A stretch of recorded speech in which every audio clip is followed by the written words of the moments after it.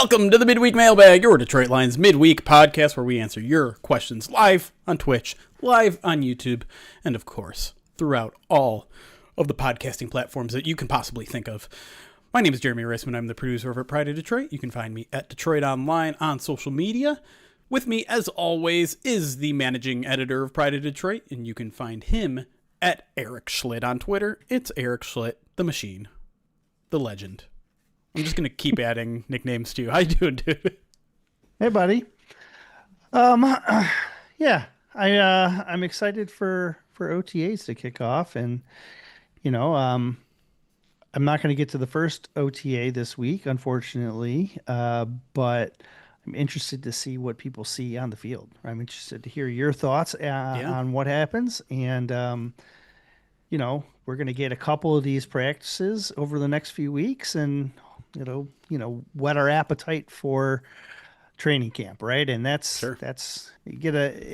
really where the fun really starts, right? Yeah, we'll learn some things about the team, not a ton.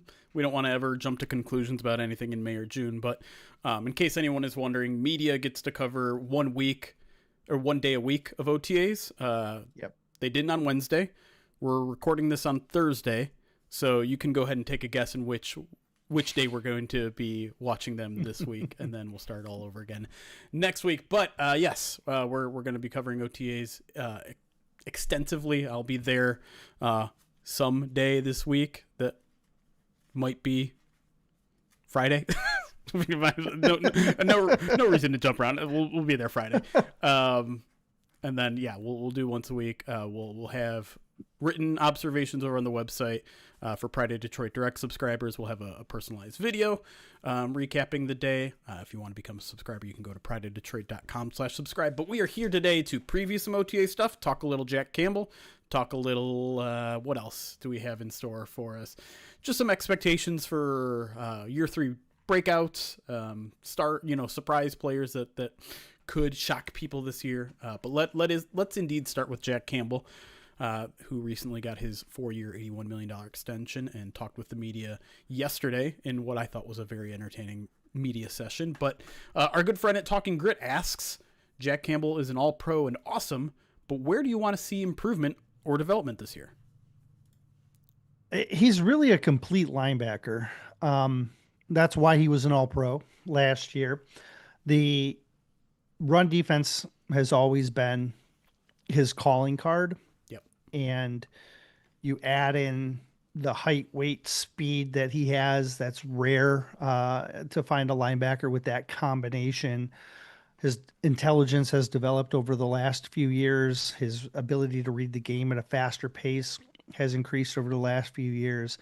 And then really his coverage last year increased to a level that I think really made him that full package, that full complete package. And so there's not a lot of weaknesses to his game, but I do think there are areas in which he can improve. He can continue to develop the mental aspect of the game, which I think is already at a very high level, but you can always get smarter, right? Like as you get more experience, you just become a smarter player. And he's a hungry player too. Like he's not going to rest on his laurels, so he'll continue to try and hone his craft. But the coverage area is something that's still relatively new. And so I think there's room for development there as well. There's so many cool wrinkles to his game. And he increased his turnover rate last year with the punch techniques and stuff like that. Yep. So you're seeing these small nuances to his game really round him out to make him a complete player. And I'm curious to see what else he can add to it. Can he get an interception? You know what I mean? Like we know he can force fumbles. Yep. Can he get an interception? Can that coverage increase a little bit? And really, I'm nitpicking because I think he is as complete a linebacker as there is in the NFL right now. Yeah, I think coverage is kind of where the conversation starts and ends with me, because I think he showed some pass rushing chops last year too, which is something that, I wouldn't be surprised if they continue to ask more and more of that. We've seen them line up with guys in the double A gap before. That's something that a lot of teams use that can, I mean, really be an effective strategy. And like you said, with the height, weight, speed that Jack has, like, he's capable of taking on some guards. Like, it's not just about like looping him around and being fast enough to bend underneath an interior offensive lineman. He can go through them. We've seen him go through them. And it's something he's capable of. Coverage isn't his strong suit, and it's not something that they rely on super heavily with him. Like, that's obviously a little bit more of a will thing. But at the same time, it is, I mean, he logged almost 600 coverage snaps. Yeah. He's effective at it. That's the thing is, and maybe even slightly above effective as well. Yeah. It's interesting. Like, if you look at some of the statistics from last year, it will say that he took actually a slight step back when it comes to coverage. His coverage grade went from 74.2, which is very good for a linebacker, to 71.2. Passer rating allowed went from 101.2 to 112.2, which neither of those sound good, but for a linebacker, it's a little bit different because you're working over the middle of the field. There's a lot more completions over the middle than there is on the outside. But he doesn't have that interception yet. He only had 4 passes defended last year. He had 5 the year before. Like, actually get his hand on the ball is something that you'd like to see some more of. But again, it's those numbers aren't supposed to look anything like they do at corner, because you're dealing with much more open space in the middle of the field rather than the boundaries. So, other than that, I mean, like you said, it feels nitpicky to complain about too much else. I think zone coverage in particular is something where I'd like to see him a little bit better, just kind of understand his surroundings a little bit more, because again, like I think he has the athleticism and the general technique to hang as well as a linebacker should realistically be able to hang with tight ends, running backs. But like some of the zone stuff, it feels like either, he needs to drop a step further back, or, not let himself get teased by the eyes of the quarterback, little things like that, where it's not like he's massively out of position, but it's always like, man, if he had one more step to the right, or if he hadn't, shaded inside a little bit too much, then he would have been able to make the play on that. Yeah. I mean, that's really the difference between him and Fred Warner right now, right? Like, Fred Warner is the best linebacker in the league, and I think Jack is arguably number 2. And if you want to have that debate and you have him out the outside of the top 5, then it's probably not going to be a fun debate to have, because anybody with, almost everybody should have him as a top 5 linebacker in the NFL.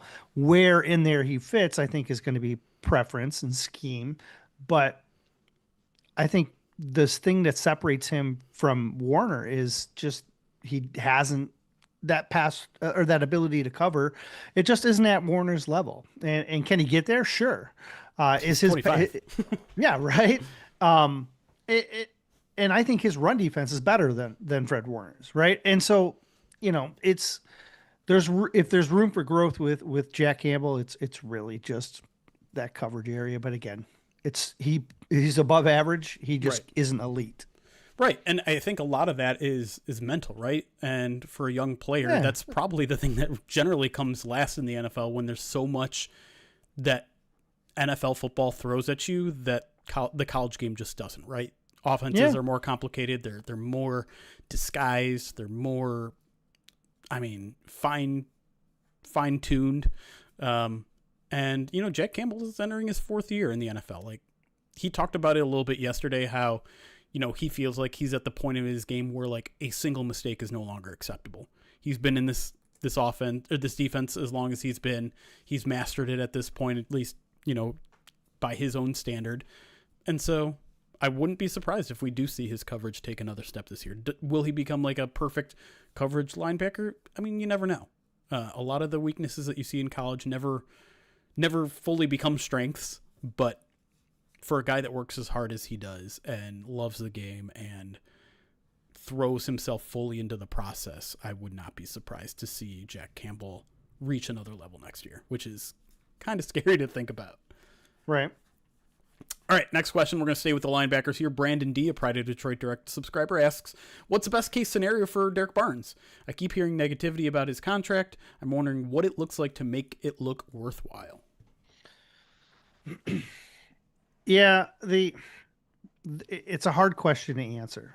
And I think it's an important one though, because he is the one starter on that defense that is getting a pretty healthy paycheck, and there's not we don't clearly know exactly what his role is, right? All right, Yep. is he going to continue to play at Sam? Is he going to split his time between Will and Sam? Are they going to shift the defense to more two linebacker sets and make him like an inside Will? There's a lot of unknowns. So what will it take for him to become, to justify that contract? I think you're going to have to get him in the right position to where he can succeed. In my opinion, I've been suggesting that shifting him to like an inside will and showing more nickel would be a benefit to him. But if he's going to shift into that role, what I would like to see is better coverage ability than he's Yeah. shown. He doesn't need to be at Alex Anzalone's level from a coverage standpoint, but he needs to be better than he is. And for him to justify his contract, in my opinion, essentially you've kept Derek, but you made a decision to keep Derek Barnes over Anzalone when you awarded Derek that contract. So in my opinion, for him to justify it, he needs to play at an Alex Anzalone level. Now that doesn't mean he has to be Alex Anzalone. He doesn't have to be that, like I just said, he doesn't Right. have to be that elite cover guy, but he has to be good or above average in the situations that he's put in. If they ask him to be a run defender, he's got to be better above average in it. If they ask him to drop into zone, he's got to get better. And so while it's not like a one for one replacement in what they're going to ask Barnes to do. I think he has to play at the same level that Alex Anzalone did, which is essentially saying you're not worried about him. Right. When he's on the field, He's not a you're not liability. right. Exactly. And so that's how you justify the contract, that he's on the field and you don't think, oh no, is this a situation where he could, run into a problem?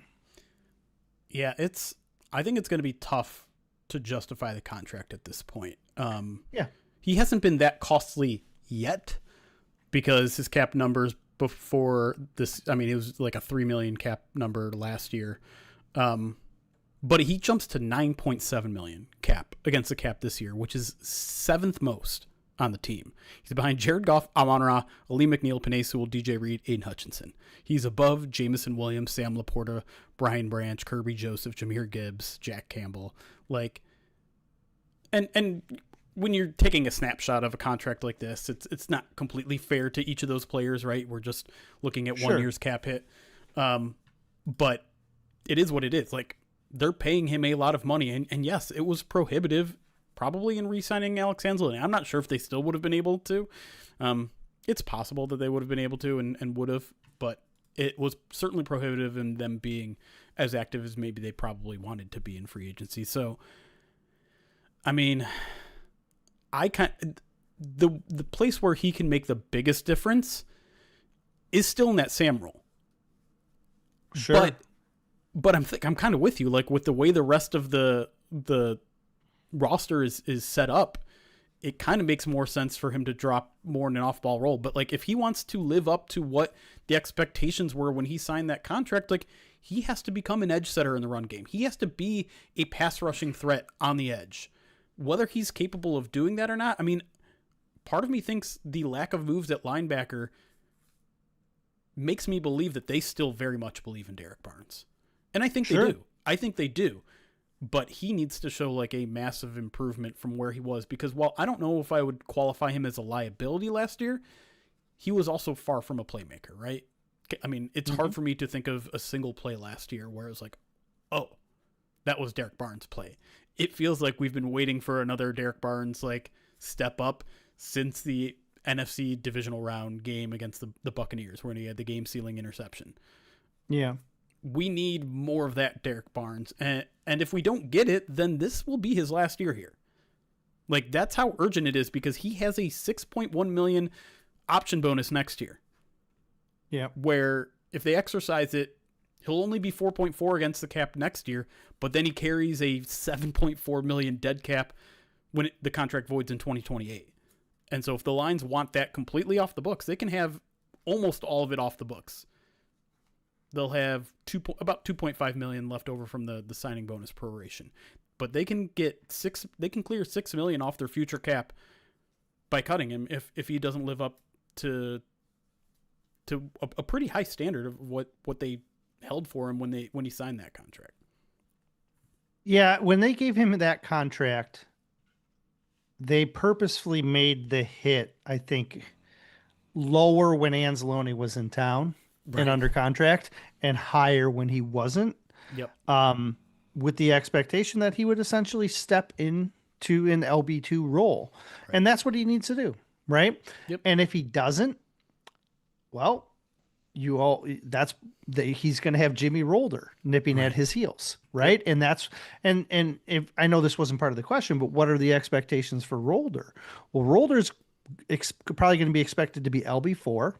They're going to expect him to push for LB3 at some point during the season, and put him in a situation where he's maybe can challenge for LB2 a year from now. Like, I think that's what the path could be for Rolder. That's high expectations, but yeah. It is very high expectations. But again, I think they're going to need him to be, even if they run 2 off-ball linebackers, he needs to be in that 2 deep. That's where he needs to be. If Rolder isn't in that 2 deep and he's farther behind, now the decision with Derek Barnes becomes a little bit harder. Sure. Because what's your answer then? So, they're always looking ahead when they're building their roster. And when you look at who they drafted and how they drafted these rookies, these rookies are typically they're going to be a bigger part, a year from now. And in my opinion, with Derek Barnes and his contract and that big roster bonus that you talked about, or the option bonus that you talked about, they took Rolder as basically insurance in case Barnes doesn't make the steps that Brandon's, asking about. I know the question wasn't about Rolder, but I am curious because you kind of have him penciled in as LB4. Yeah. And I think, he's not going to start there, right? Like, when I go out there to OTAs tomorrow, I expect, like, Damone Clark to be ahead of him. Maybe even Trevor Nowaski. Oh, yeah. The rookies are not going to... Right. Yeah, the rookies are going to be on the third string. All of them except for Blake Miller and maybe Derek Moore. Right. But I am curious, like, how quickly Rolder can climb that ladder. Because, like, Damone Clark is an experienced starter. Is he someone who's probably best served as a reserve? Yeah. Mm-hmm. But I think he's probably LB4 right now behind Malcolm. And then Nowaski is, I don't like, he kind of fits more in the Sam role, and maybe he's more, he's certainly more special teams than starter capabilities, but he's also like a sub package guy that you can use in certain situations. And so I don't know. I guess I'm not as convinced that that Rolder is gonna be LB4 by the time training camp ends, but certainly I think that should be the goal by the time the season ends for him. I think they're gonna want him to be LB3 by the time the season ends. Here's the deal with Nowaski and Clark, and what a slight advantage Rolder might have. I think Clark is more of a Mike, and Nowaski is more of a Sam/Mike. I don't think either of them are great wills. Now, Clark could surprise me because I thought when he was at LSU, he had some will upside. Right. But since he's been in the NFL, he's mostly been like a Mike and playing those off-ball kind of interior spots. And so I do think Clark is a bit of a wild card and will challenge, Rolder, especially early. Sure. All right. Next question comes from Blitzing Lion on Twitter. Asks, why do you think during Dan Campbell's era, we always have corners that struggled or always get hurt? And do you think that changing the scheme will help Terrion Arnold, Dennis Rakestraw, et cetera, to be healthier and more productive? There's probably a couple reasons why corners get hurt. One, they're asked to be physical, Yeah. and they're the smallest, typically the smallest guys on the field, and you're asking them to be physical against guys that are bigger than them on a down by down basis. I think there's some bad luck that's rolled into that as well. Sure. And when you're playing man, I think you're more susceptible to injury as well. And that's, I get speculation on my part, but you're being asked to react a lot more than guys that, cover in zone, where they can be a little bit more patient and selective. When you're playing man, you're reacting and having to try and like accelerate, and so you're pushing your body a lot harder. And so those could be factors. The I don't know, like as far as I don't think they're going to change the coverage scheme that much Right. that would impact and or that would make it that big of an impact to think that they're also just going to be totally healthy and no worries. But I certainly think if you're a zone corner, things are a little bit easier. If you're not asked to be as physical, things are a little bit easier.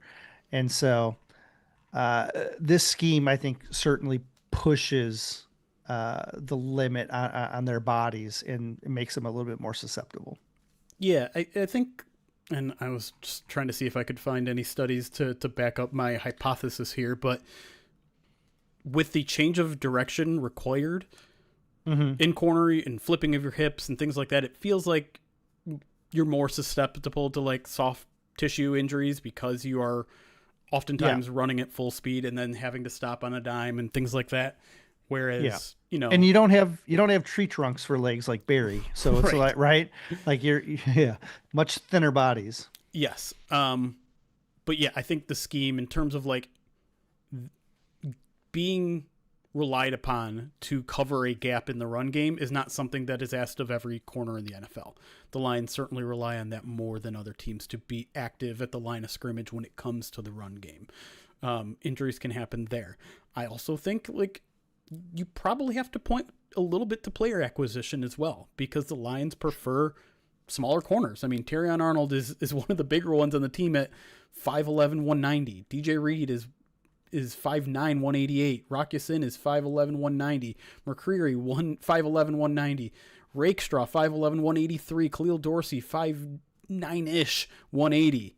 Like, barely anyone over 6 feet. Almost no one over 200 pounds. Where, like, you see some NFL corners up to 210. Just not in Detroit. Nick Whiteside's the only one Who touches at 200, Yeah. and he looks small. Like he doesn't look 200. Right. Right.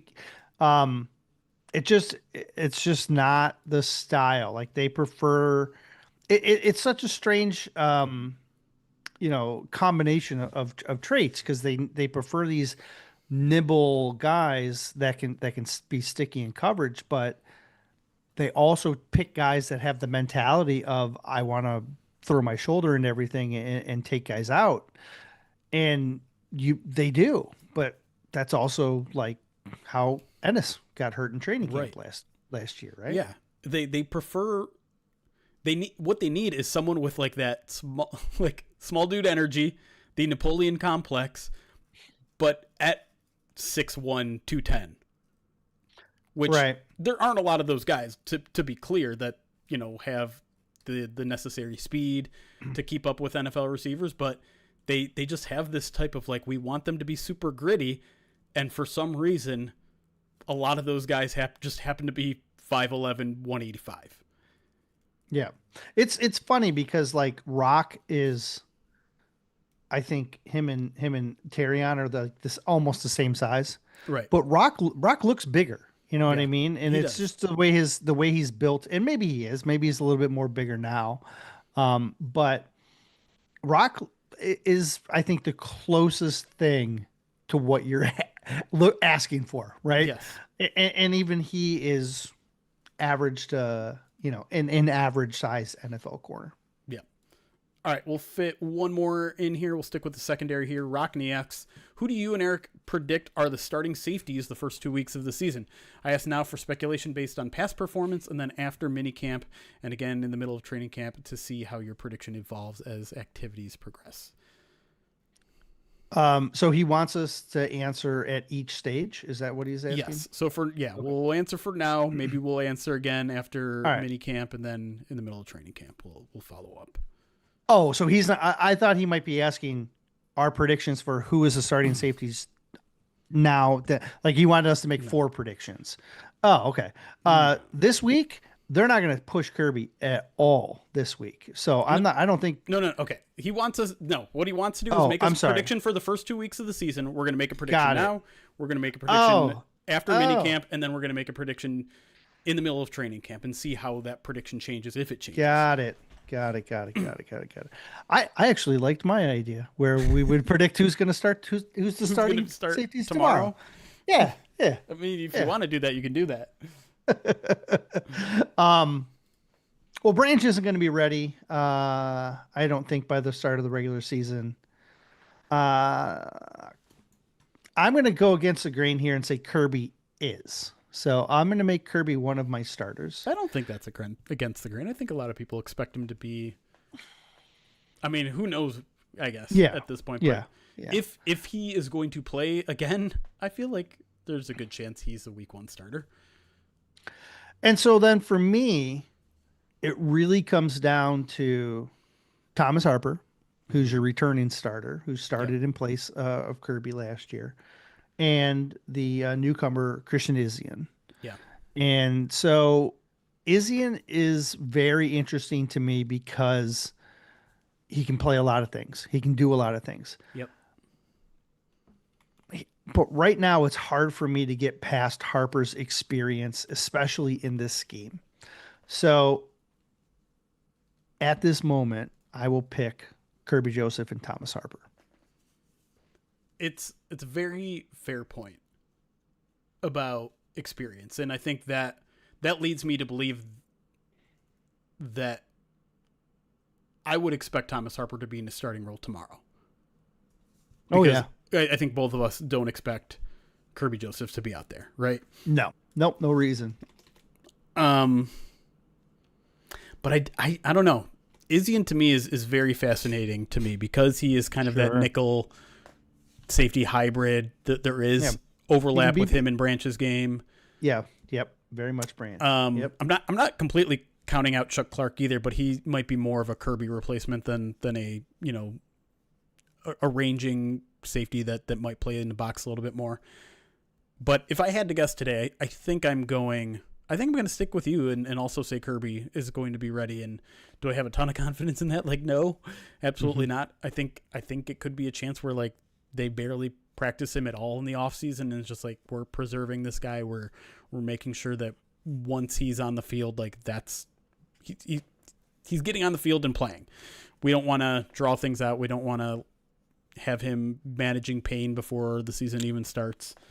Could certainly change. I mean, my opinion could certainly change tomorrow, right? When we talk to Dan Campbell for the first time. And I'm sure that's going to be one of the questions he gets, because we've been asking like at every point in the offseason, just like Kirby update. Yeah, just a couple weeks, we'll know more. A couple weeks, we'll know more.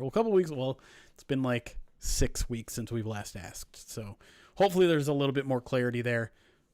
I'll go with Izien for now, kind of sight unseen. Obviously, I don't know what he looks like in this scheme and stuff. But again, I think some of the versatility to his game is going to lend nicely to that ranging safety role that, he'll have to forfeit to Kirby at some time. But yeah, I think that's where I'm at. All right, let's take a break.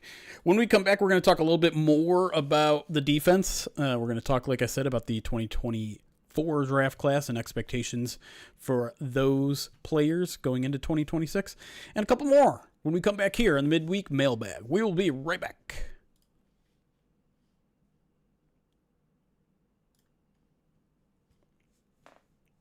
All right, we're on break.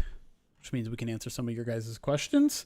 Only got one alert to get to, and that's Luxtables. Thank you for the 37 months subscribed on Twitch. Says, it's my Doak Walker anniversary for the midweek mailbag.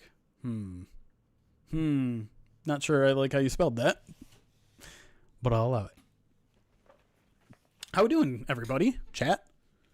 I feel like things have been awfully quiet so far.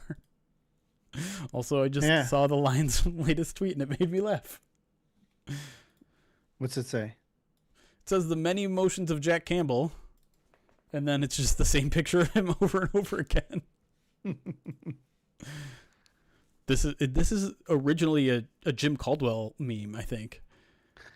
Probably. At least that's how I view it. I'll say this though. Jack Campbell, like, I feel like that meme was true 2 years ago. I don't feel like it's true anymore. He loosened up last year. Yes. Especially, remember when he had to get the stitches? In this Yeah. That was the moment I think he really loosened up the most. Like after that, he was like, "Oh man, I had to get plastic surgery, and now everyone's gonna tease me about it at the Rough and Tumble Club." You know what I mean? Like, but acting like he got a nose job or something. Like, plastic surgery was he had to just fix it. Like, yes, go ahead. I was just gonna say he was cracking me up yesterday. Like, and it's in a way that's so unassuming that sometimes, like, I don't even know if he's trying to be funny, but he's funny. Like when he's saying, like, I'm sure Jahmyr Gibbs saw all the 2023 draft grades because that I've never seen him not in his phone. Like that's funny. When he's apologizing to fellow linebackers because he didn't reset the linebacker market, that's funny. But part of me thinks like, oh, I don't know if he's trying to be funny. I think he's just saying like, oh yeah, Jahmyr Gibbs is always on his phone. I am sorry to linebackers that I didn't reset the market. Like, he's just got that Midwestern nice to him that it's funny because he's so nice, yet like he's so at the same time he's so intense. Mm-hmm. And it's the duality of that is kind of rare but also endearing. Because I don't know, like I thought that was his best press conference I've personally seen, and he's put together some good press conferences. So I don't know, not to like dissect a press conference, but he was saying all the right things, and you know there are a lot of things that people say that are cliche, and he even said it at one point. He's like, yeah, you know. This seems like a Super Bowl squad to me, and I know everyone says, you know, every year Super Bowl is their goal, but like when he said, paraphrasing here, they brought everyone in here for a reason, and everyone has blown me away.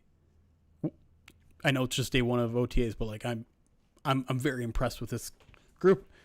Yeah, that's something that everyone says, right? Like everyone's like, "Wow, this team looks great so far." Like but when he says it, like I believe him more because he might throw out cliches, but like at the same time he's acknowledging the cliche, right? He's not just saying it to say it. He's like, I know this is what everyone says, but I truly believe this. Excuse me. And so that's why I wrote a whole article on it today where he's just like, yeah, it's nice to see some hunger.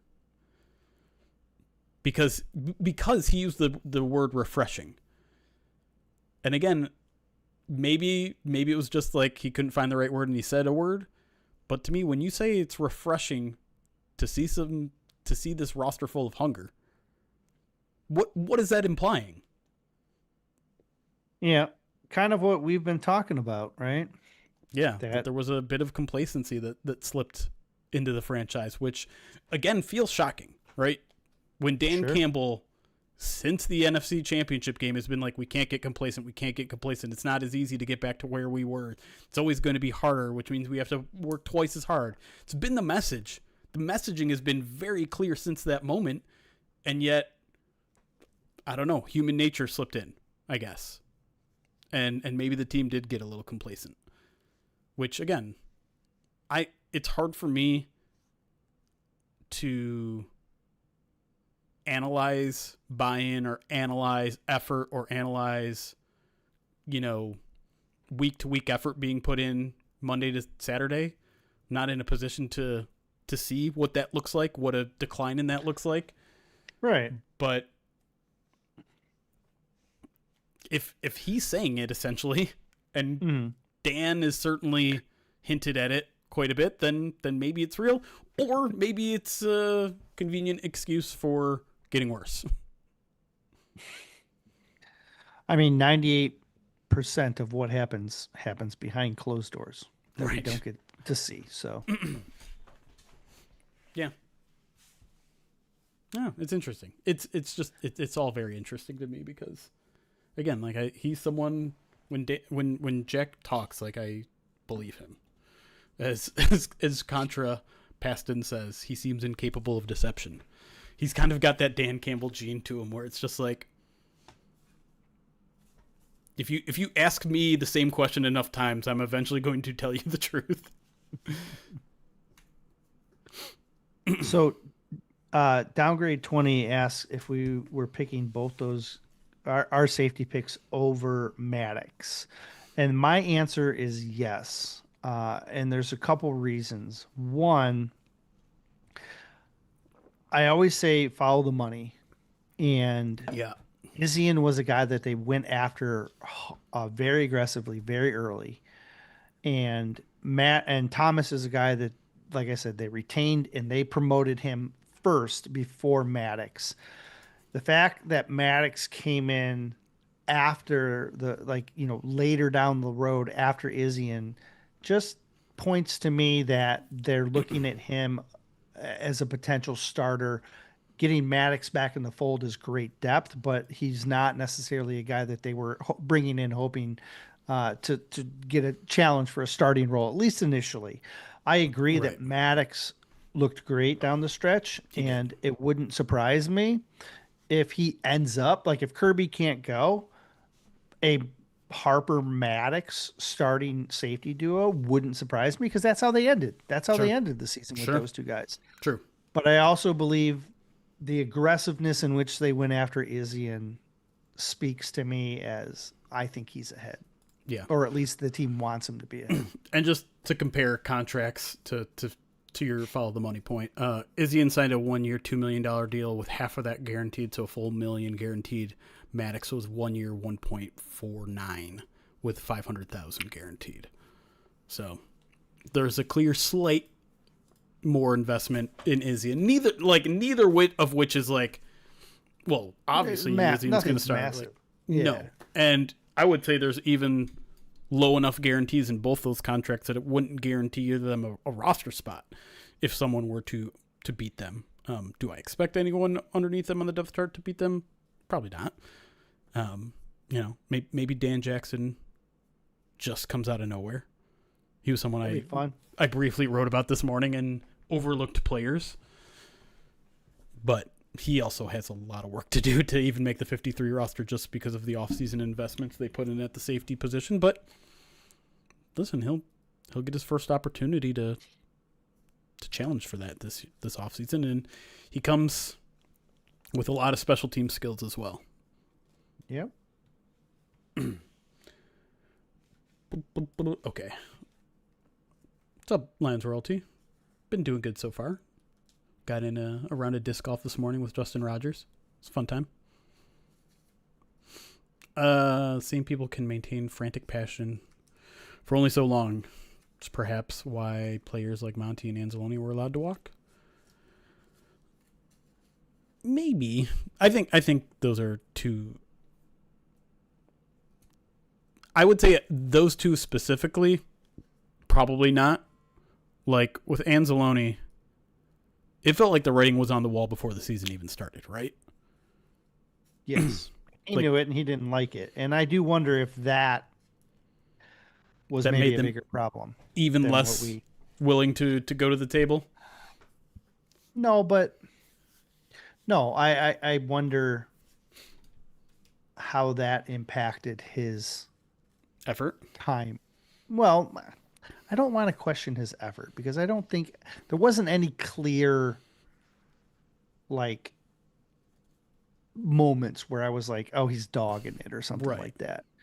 But I definitely will say whenever I interacted with him, and it was it was a lot more walking on eggshells, Yeah. like he was a lot more dismissive last year.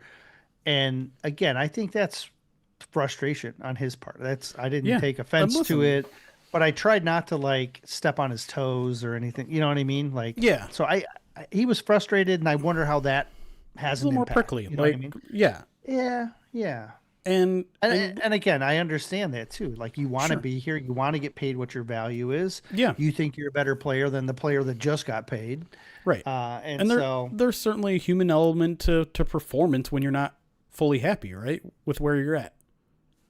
yeah, it's tough. Even someone who doesn't believe in momentum like myself can admit that that is the case. Um I don't think Anzalone played particularly poorly last year, but I don't know. And then with Montgomery, I think it was just like No, he wanted a bigger, like he wanted a bigger role. The Lions yeah, couldn't promise to him, and so like they came to an affable agreement where everyone got what they wanted. The Lions got a pretty good deal in terms of return. They got younger at the position, but I think they would have gladly welcomed him back if they had come to some sort of agreement about his role. But they were clearly at an impasse, and that's okay.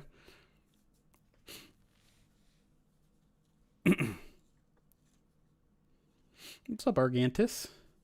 What UDFA are you looking forward to seeing during OTAs? It's a tough one um, because I think I I think to me the UDFA I'm most interested in is Kiana Aina, the nose tackle. But during OTAs, a nose tackle is maybe the most boring position to watch because the pads aren't on. yeah. And so I kind of don't want to say him.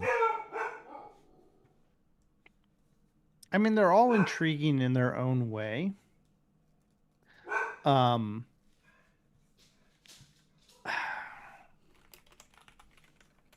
Maybe the tight end.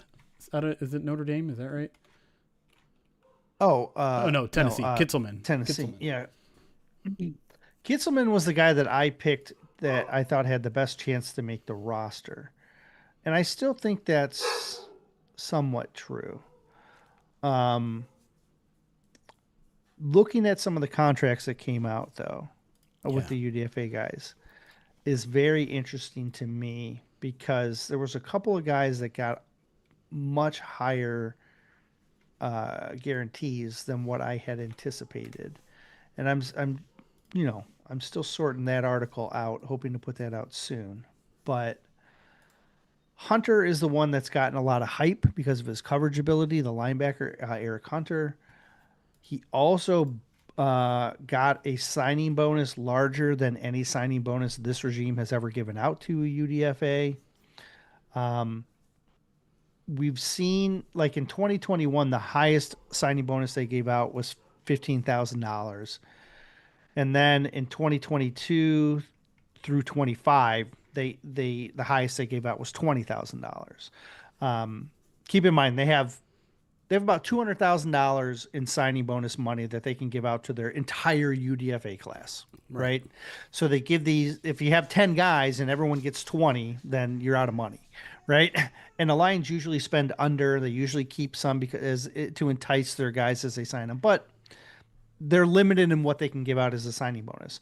So for the fact that they gave Hunter 25 could just be market inflation, right? Sure. Yeah. But he's the only one that got 25. So what does that say? Even though he got that signing bonus as the highest amount, his guaranteed salary is lower. And Right.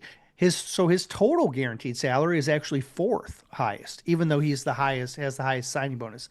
It's interesting. the signing bonus itself just is like a we want to get you in. So Right. we're willing to get you that signing bonus. And then the guaranteed salary is, are we competing against other teams Right. for you? Right. Right. And so the fact that he has a high signing bonus tells me they were interested in him. Like Yeah. he's the guy that they were probably like put their finger on. And so while I like Kitzelman and I think his path is maybe a little easier, Hunter is a guy that I think we need to be paying attention to. Yeah. Excuse me. Right. And we were just And talking he's about got how a lot. thin the linebacker Yeah. room was. Like, Yeah, there's opportunity there as well. Yeah. So I do. It's interesting to look at. The Kiana Aina. Is that how you Nailed say it? It is. And thank you, Flying Hawaiian, for appreciating my pronunciation, which I certainly have practiced. And shout out to Aiden Kiana Aina himself, because if you go to the website, his college website, he does his own pronunciation guide. Nice. The Cal website, which I'll play here in a second in case you guys want to hear him say it. So he has the most. Aiden Total Kiana Aina, Brighton, Colorado. Did I talk over it? No, he is fine. Sorry. Go ahead. No, he has the most total guarantees. Altmaier, though, they gave him a lot of guaranteed money. They sure did. Which is very interesting to me because he only got a small signing bonus, $10,000, which means they were like, "Hey, we like you. You know, we want to bring you in." And then they probably started competing with some other teams, and then they were like, "All right, we'll give you a little bit more guaranteed." You know, blah blah. And he ends up with the second highest total guarantees. Again, they needed a third quarterback, though. You know what I mean? Yeah. So, It's that to me is really interesting, and I'm not ready to be like, okay, the Lions are going to carry 3 quarterbacks and it's Altmaier, but like, yeah, no, I don't think so. Still, but, yeah, that is to me the most interesting when the new UDFA contract numbers recently dropped, and no one's really covered it yet. I will. I'm gathering all my information and thoughts here, but I mean.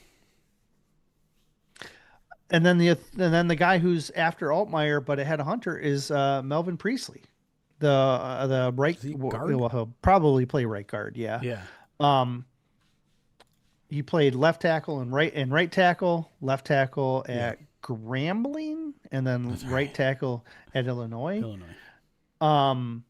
He got a lot of guaranteed money, and that's not unusual because if you look at typically who gets the highest amount of guarantees, it's a lot of offensive linemen. Like the Lions love to pay their offensive linemen. Right. Of the highest guarantees of the, let me see, 1, 2, 3, 4, 5, 6, 7, of the 10 highest guarantees that they'd given out previously, 5 of them were offensive linemen. You know what I mean? Like half, right? Yeah. Like, so. Well, there was that year where they're just like, give us every center you can in the UDFA. Yeah. Guakin was the highest center, was their highest paid guy that year. Last year it was, it was Keeney James and then Jackson Meeks. Those guys were right next to each other. And people both had the same. I'm sorry. Go ahead. Finish your point. No, I was going to say they both had the same. They both had the same signing bonus, but their salary was Meeks was a little bit lower. Yeah. No, I was just going to say that. And people try to say that the Lions weren't thinking in losing Frank Ragnow. Don't you remember all the UDFA centers they signed that 1 year? The crazy thing is they've been signing UDFA centers for a while, I feel like. Yeah. Like Drake Jackson was the guy before Iguakin. Yeah. The other thing that I noticed when I went back and I started looking at the UDFA draft classes in the past is the Lions had of their draft in their draft class last year, they retained 4 of those guys, which is not unusual for them to retain 4. And then that number will slowly reduce as the years progress. But of the other guys, 4 of them are still another 4 are still in the league with other teams. And then one of them is in the CFL, and 2 other guys coaching. Right? Who? Yeah, they're Gavin Holmes, who was the corner out of Texas. God. He's coaching at Baylor. And Fatuanu, the center, Lee Fatianu, is coaching at Arizona State. I don't even remember. And so he was a decent backup center. But my point is, it kind of speaks to the types of guys that they go after, right? Yeah. Because if you go back into 2024, you got a lot of CFL and UFL guys, a couple guys still in the league as well. In 23, Muhammad Ibrahim, he's coaching in Minnesota right now. I didn't know that. Yeah, I was rooting for him. Yeah. In 22, Nolan Given, he's a tight end coach in college now. And I think there's, and then if you go all the way back to 21, I mentioned Drake Jackson, the center. He's coach. He's the offensive line coach at Rhode Island. So like, it's almost every one of these draft classes have guys who are like, when they didn't make it as players, got into coaching. It certainly speaks to, like I said, the types of players that they're going after, guys that love football, right? Yeah. Sure. Yeah. And then there's Starling Thomas, the one who got away. Oh. Sorry, I didn't mean to twist a knife there. That's an open wound still.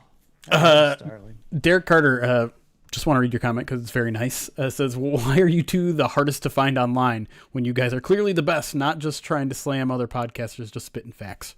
Roar. Hey, appreciate it, man. Sorry that we're hard to find, but just, hey, subscribe to us on YouTube, hit that little bell button, and then you'll see us every time we go live. There you go. But no, I appreciate that. Make sure you're following us on the other social platforms as well. I tweet too much. And we both write a whole bunch on prideofdetroit.com, so make sure you're over there. And make sure you're a Pride of Detroit Direct subscriber, because Erik and I do special podcasts, just us two, all the time. We're going to be doing daily podcasts during training camp. We do a special post-game podcast after every game during the season. And then we do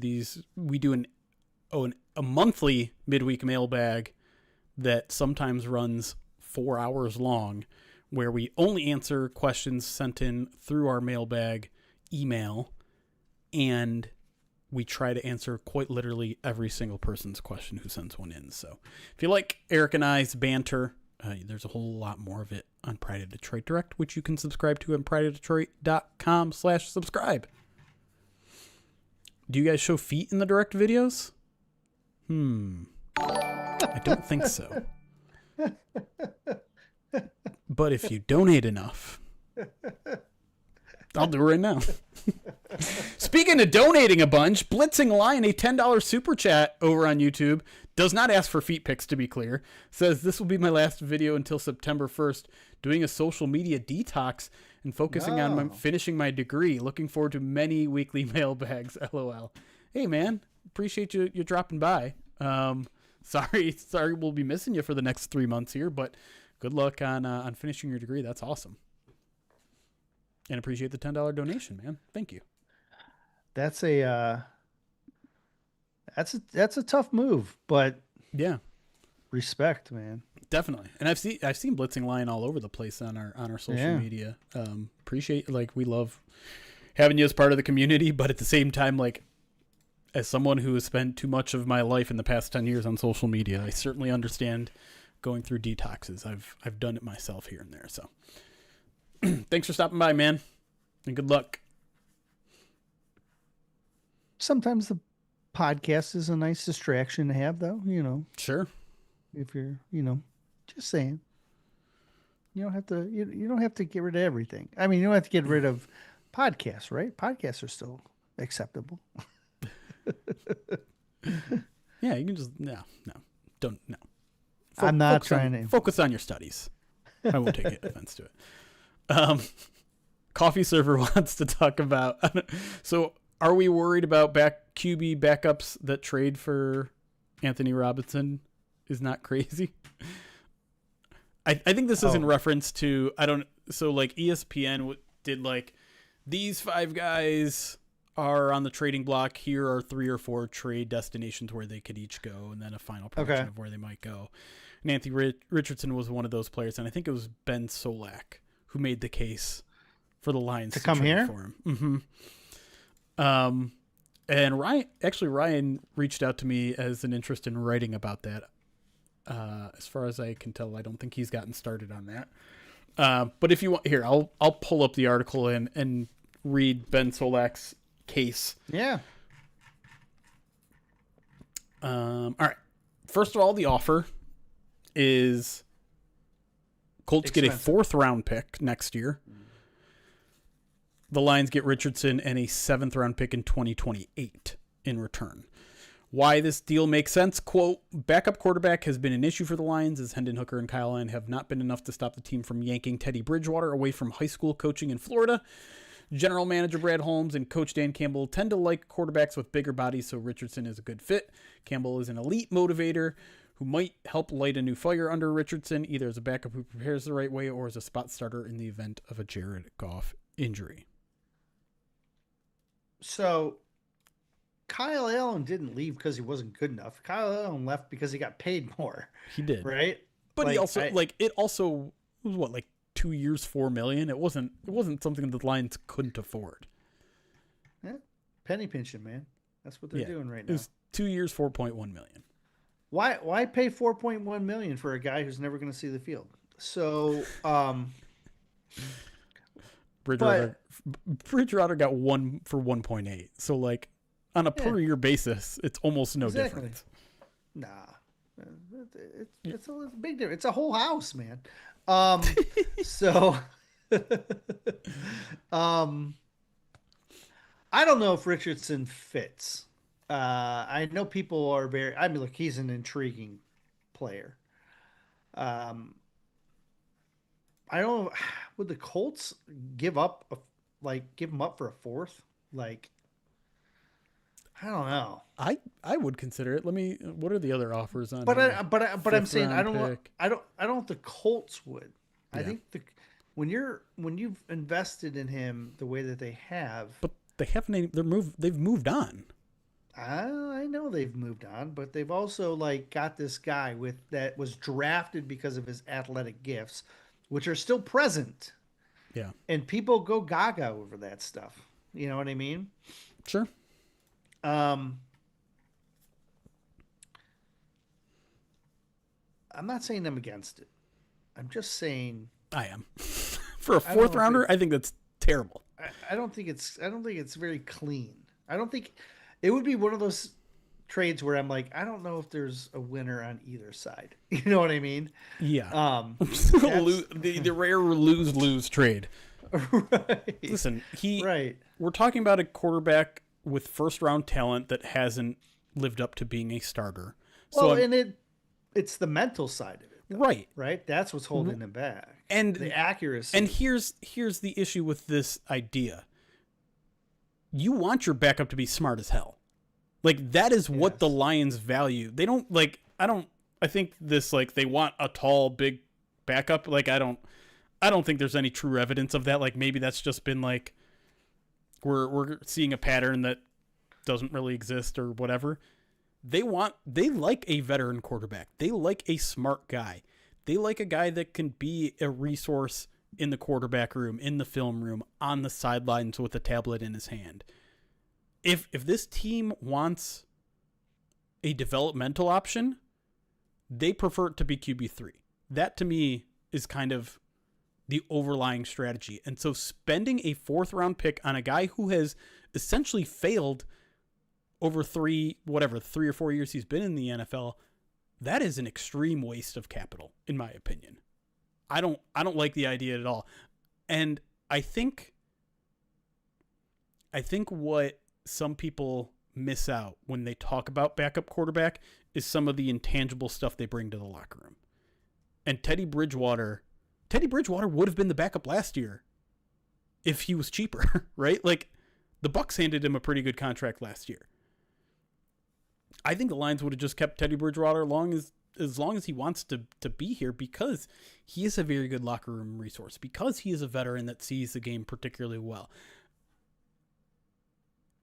And quite frankly, like, the more and more I talk about backup quarterback, the less and less I care about what they can actually do on the field, which I know is a dangerous way to think about it, but I also kind of adhere to that, like, all right, if you don't like swearing on the podcast, maybe mute the next few seconds here. But I can't even remember who said it, but like, there was that coach who famously said, like, he was asked, like, why isn't your backup getting a lot of reps? And he's like, well, if our starter goes down, we're fucked, and we don't practice fucked. Tom Moore on Peyton Manning. Yeah. And I kind of adhere to that. Like, yes, it'd be nice to have someone that if Jared Goff gets a concussion and is out for a half, he can come in and win a game or hold a lead or whatever. But if there's any sort of like long-term injury to Jared Goff, this team's probably done, no matter who's their backup. So I'd rather have the guy that is just a good resource for all 17 weeks than spending resources that this team shouldn't be giving up. But, you know, Bill Barnwell wrote an article today about his favorite and least favorite moves of the Lions offseason, and his favorite moves was fortifying the offensive line. His least favorite move was continuing to trade up and spend future draft capital for a team that is going to need young talent. And so to me, I think it's a tremendous waste of future future draft picks to invest in a backup quarterback position, especially if you're doing so on a player who hasn't proven he can start. Wait a minute. What? He was complaining that they traded up? Yes. Twice in the draft, and that they haven't traded back in 3 years. He's basically making the same argument that I make all the time. But like, this is why I don't like Barnwell. Right, because he's kind of like the analytical nerd that I can be at times. It's just, to me, and we don't need to rehash this a million times, but it's that fact that we're seeing their budget get smaller and smaller and smaller, and the best way to counter that is fill yourselves with as much young talent as possible. And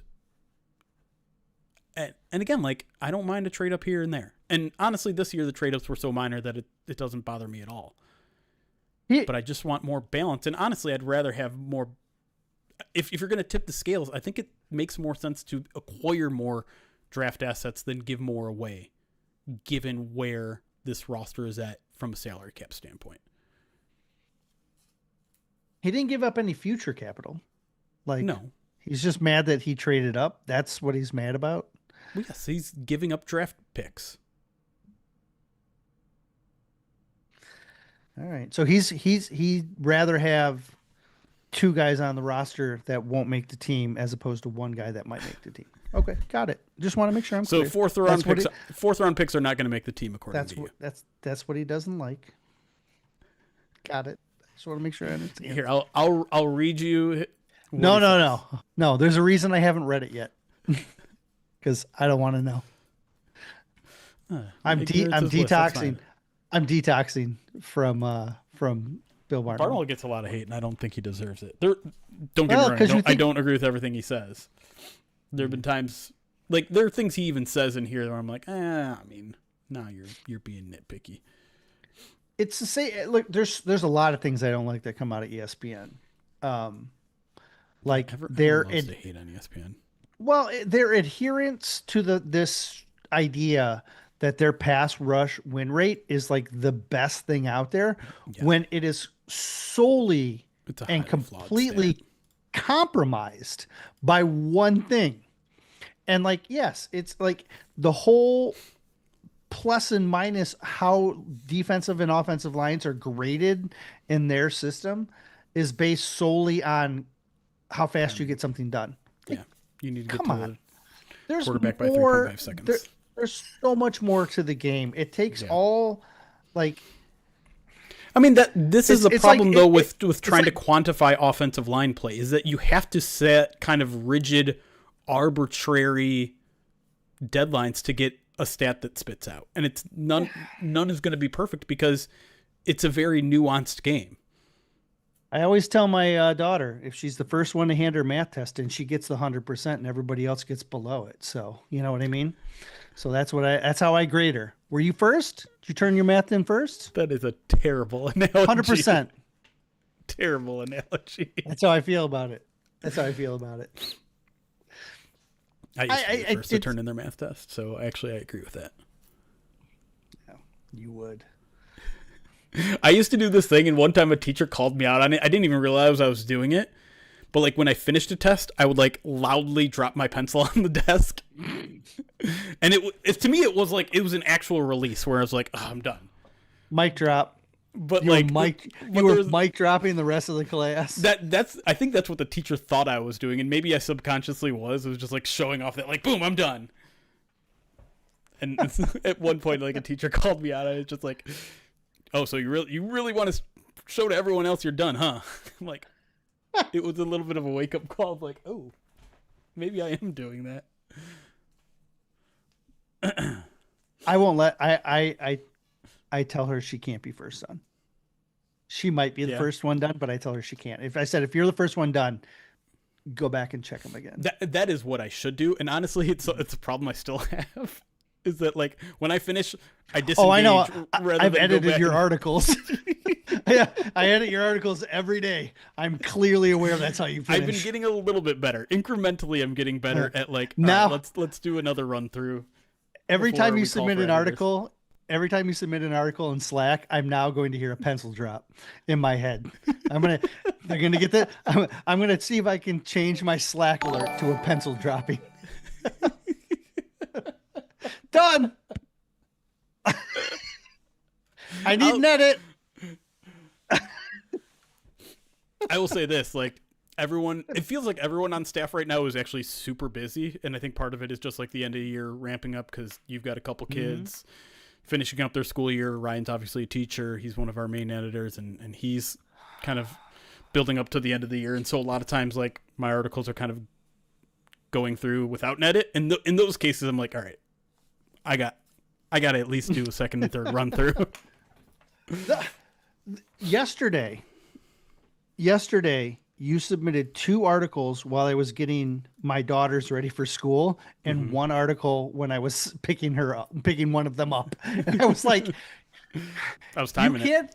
You got to drop these when I'm home, man. Here's a problem, and this is it's the Lions that they hate me as well. The Lions schedule everything when I'm busy. The problem for me though is my like prime bit of like productivity is between 6:30 and 9 a.m. That's when I do the majority of my writing for the day. Is before the work day starts for a lot of people. I can't like my goal at Pride of Detroit is always to have 3 articles out by 9 a.m. because I want people to like have stuff to read in the morning with their coffee and whatever. But I am so bad at getting stuff out the night before to get edited overnight before it goes out because I just like, I get to 7 o'clock and I'm done. Like I'm done for the day. And that's why I hate night games. At this point, I have a small window in the mornings between when my middle schoolers go to school and when my elementary kid goes to school. And if I can, I'll try and get in that window. I can edit.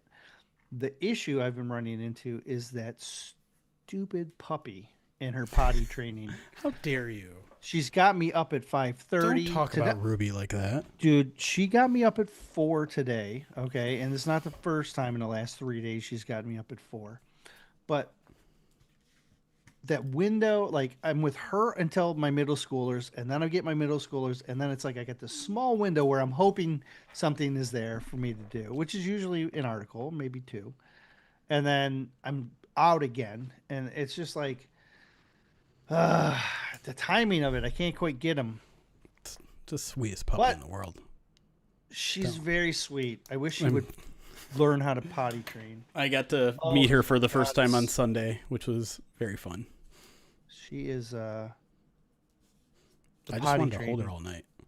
Oh yeah, that's what my daughter does. Yeah. One of my middle daughter just walks in and picks her up and carries her around like she's a doll. She's just like, Basically oh, my is. puppy.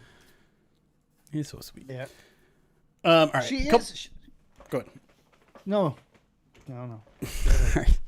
Couple more alerts. A couple more alerts here. Some good questions coming in. I want to make sure I don't skip over them. Krolik, thank you for the 60 months subscribed on Twitch. Says LFG, Graham Glasgow, and Mike Utley anniversary number. I like it.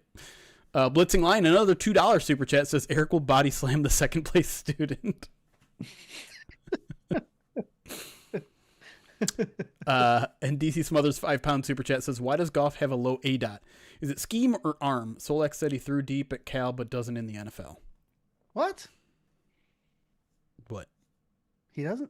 Okay, well, if he does, the only there's a couple reasons I can think. Jared Goff is very turnover adverse, and his best players run in the slot and operate in the first 15 yards. So that's probably the two biggest leading factors. But I've seen enough JMO highlight reels coming across my timeline that I would contest that he's willing to chuck it deep. He doesn't have to. You know what I mean? He does when it's there. He does, and they plan him out, and he takes his shots certainly. But their offense just is mainly predicated on get the ball to Amon-Ra and let him go. Get the ball to JMO on a cross. I think maybe some of that too. JMO developing his routes. Yep. Laporta, little Texas route, right? Like Right. I think that's it. Like the majority of this team's weapons operates best over the middle of the field. That's why. Period. And yeah. They don't have like these big, tall, prototypical outside wide receivers that you would throw to the boundaries. You would throw deep. Like obviously JMO's the deep ball there, but like Amon-Ra is not a deep ball threat, yet he is the guy who sees more touches than any other receiver. You have a top 5 tight end in Sam Laporta. Now, yeah, and your biggest wide receiver is 5th or 6th in the pecking order in TSLAW, right? Now, if he takes a bigger step, could we You see went the downfield ADOT to him late jump? in the year? Yeah, like Yeah, maybe. that could be the key to jumping it up a little bit. But I think part of it is scheme. It's something that Ben Johnson was very, very good at, is scheming guys open up over the middle of the field. And I'd be curious to, but at the same time, I bet Caleb Williams' ADOT was way higher last year. Well, because are his receivers tied into that? His best receiver is Odunze, right? Where he's stretching the field. Whereas Goff, 25% of Goff's throws, probably maybe even more, are going to Amon-Ra within the first 10 yards. You know what I mean? Yeah. So, it's just I'm speculating. Sure. I'm trying to see advanced passing. Intended air yards per attempt, 8.5 for Caleb. And 8.5. And Jared Goff, I'm guessing, was like 7.2. Nope, it was 6.0. So, like, a huge difference. But again, I think receiver has a little bit to do with that. Does Jared Goff, like, have the biggest arm? Like, no. But he certainly has an NFL-capable arm. He can throw to the outside. He can throw the deep ball. It's not, it's not top 10 arm strength, I would say, in the NFL, but it's not bottom 10 either. So I think it has more to do with scheme and weapons than it has to do with him. But that, like I said, I think that could change a little bit as JMO continues to be a deep ball threat, and you hope that Isaac TSLAW becomes a boundary receiver who can utilize the sidelines and run out routes and run deep routes, jump balls, things like that.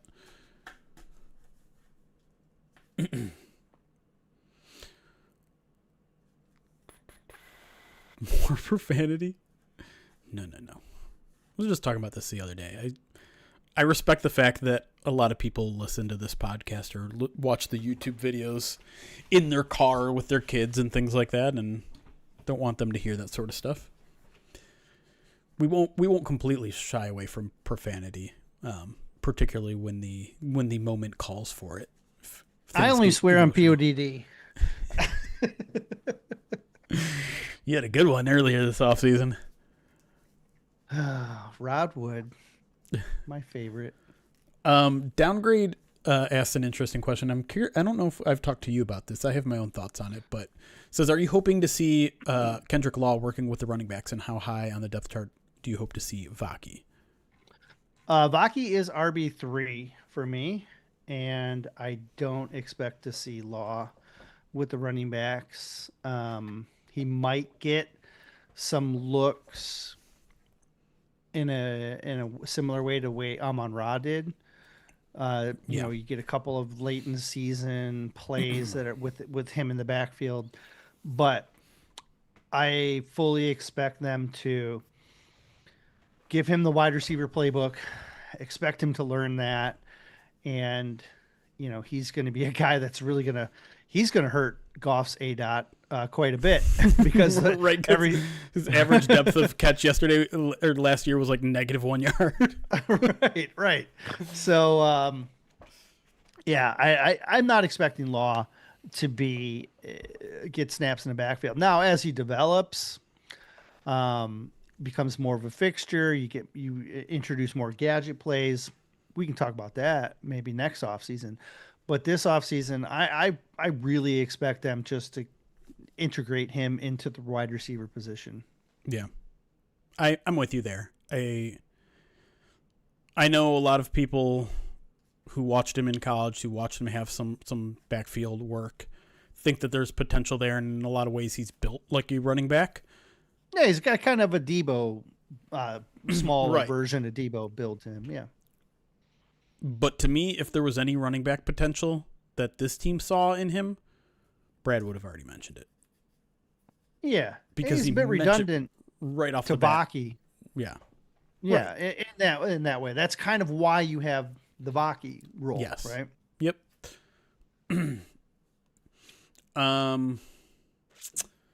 Why are you lowering on Cade Mays? Very simply, in free agency, I wanted someone with more experience. Mays has only been a starter for like a year and a half. And I think the most value you can have in a center, and maybe this is just from having lived through Frank Ragnow, is someone who is crazy smart. Someone who understands everything in front of him. Well, someone who will get you into the right look 100% of the time against a team like the Minnesota Vikings. And I don't know if Cade Mays is experienced enough to have grown enough in that aspect of his game. The last two centers they've had, Graham, Frank, and then Graham before him again. Yep. Both of those guys, highly intelligent. Yep. Right? And before Graham, who was before Graham? Raiola? I know there's got to be guys in between. Someone in between those two, maybe. I don't know. There's got to be. There's got to be. Because I think Graham and Raiola, were they around together? I don't know. Now I'm starting to they're starting to blend, right? We're getting old. Yeah. It is why he was a available. Good one. Travis Swanson, nice pull. Yeah. He was more physical than what I would call intelligent, but he was pretty good. I mean, he was very solid. Let me put it that way. Yeah. Solid. That is why he was available to sign, but it's also why I preferred someone like Biotish. Even, I don't know. Part of me also wishes, who's the center that the Bears traded for? Bradbury. Like, Bradbury's not that good, but he is experienced. Yeah. That's the same thing I said about Michael Neese. So I don't know. I wanted a little bit more experience there. I'm not like, I get the upside argument. I get that it seems like his play is on the upswing, but it's also a pretty small sample size, and it's not as much experience as I wanted.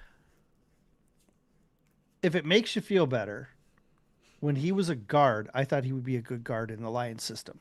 Like back when he was coming out and when he was at Tennessee. I had him pegged as a guy that I thought stylistically fit what they would want. I thought he was probably a guard only. And so I am also intrigued to see if this year and a half, transition to center, how well that holds up. But yeah, I like his style. Yeah.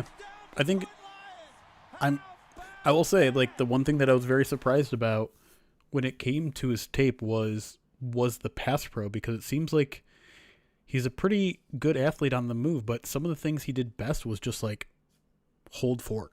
Just like, I've said it a million times. Like, he's pretty strong. He's like a nose tackle on offense where it's just like, just try to push that guy back. Good luck. Yeah. Space Catazing for the 52-month subscribed on Twitch says, I've been subbed for like 1,000 days. 52 months. I think that's well over 1,000 days. Oh yeah. Appreciate that, my guy. Rerun over on YouTube at $5 super chat says, is it safe to say that Teddy Bridgewater is our Nick Foles? In 2017, he took over for Wentz in week 14 and won it all. Bridgewater is that quality. I don't know. NFL pass in a few years. He threw like 30 for the Bucks last year. Really? Yeah. Okay. Maybe I just didn't watch that, I guess. How much was it? Well, 15. I doubled it. Okay.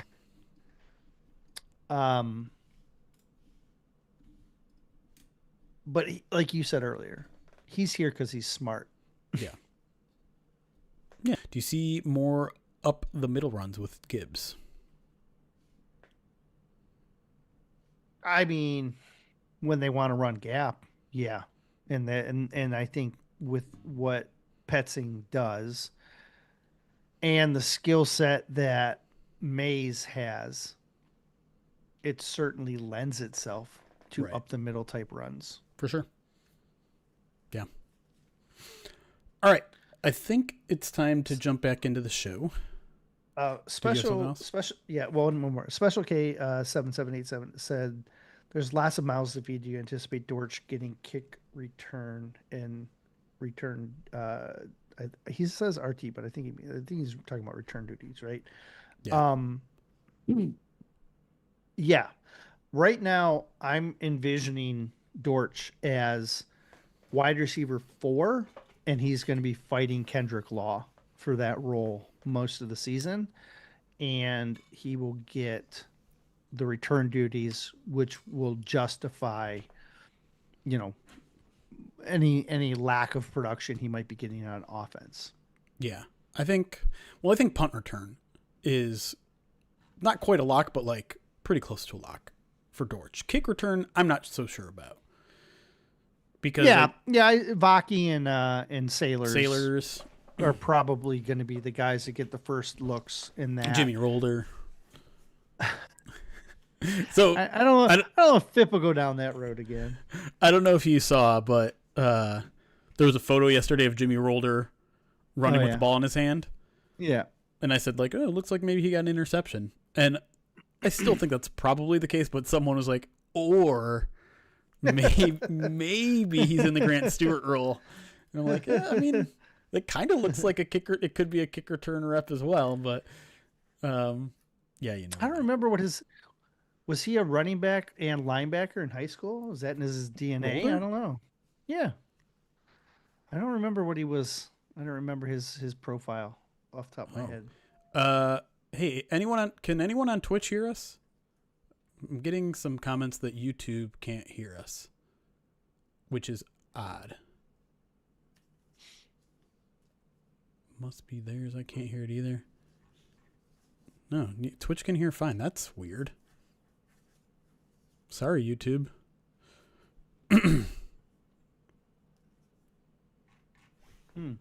Oh, now Keith Battle is telling me YouTube is fine.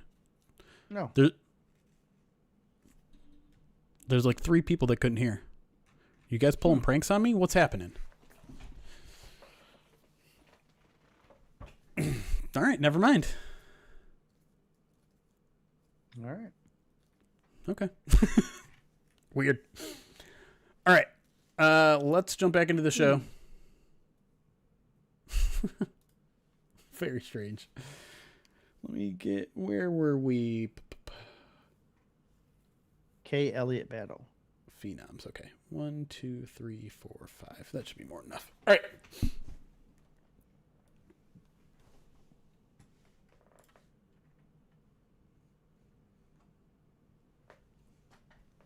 Welcome back to the Midweek Mailbag here on YouTube, Twitch, podcasting, whatever. As always, appreciate any reviews you leave us over on Apple Podcasts or Spotify. I'm sure other podcasting platforms have ways to rate and review us, but quite honestly, I don't even know where to find those. So preferably on those two platforms if you could, or just leave a comment on our YouTube page. We always appreciate that as well. Let's jump back into it. Our next question comes from Phenoms over on Twitter. It says, year 3 jumps of players Brad drafted include Aleem, JMO, and Barnes. Who would you put money on making the year 3 leap from the 2024 draft class? Oh, well, okay. This is the, what's considered Brad's weakest draft class, right? Terrion Arnold. Yep. Yeah, Terrion Arnold, Ennis Rakestraw, Giovanni Manu, Sione Vaki, Makai Wingo, Christian Mahogany. Yep. This is the pool of players we're talking about. I think each of them are going to have an opportunity to take a larger jump. But my vote for who's going to have the biggest jump from last year is probably going to be Christian Mahogany. I think he is the one that is set up best in order to find success. I believe he blends well with what Petzing wants to run from the offensive line.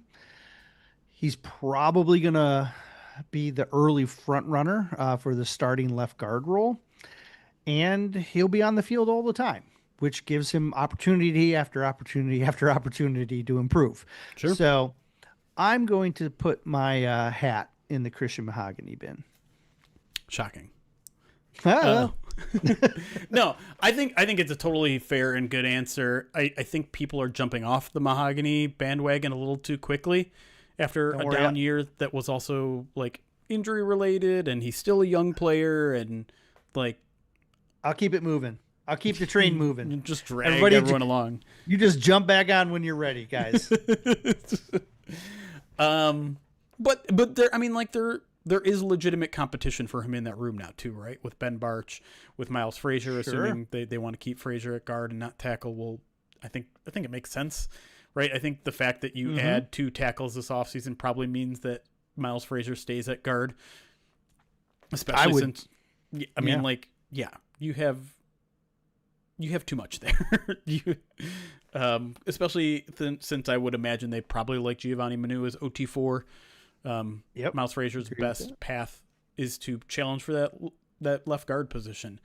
Someone who is not going to run, who will run most likely unopposed at his position, I think, is Terrion Arnold. And given everything I know about the mentality of this kid, let's just say on the field, he is going to be coming into this year with a chip on his shoulder.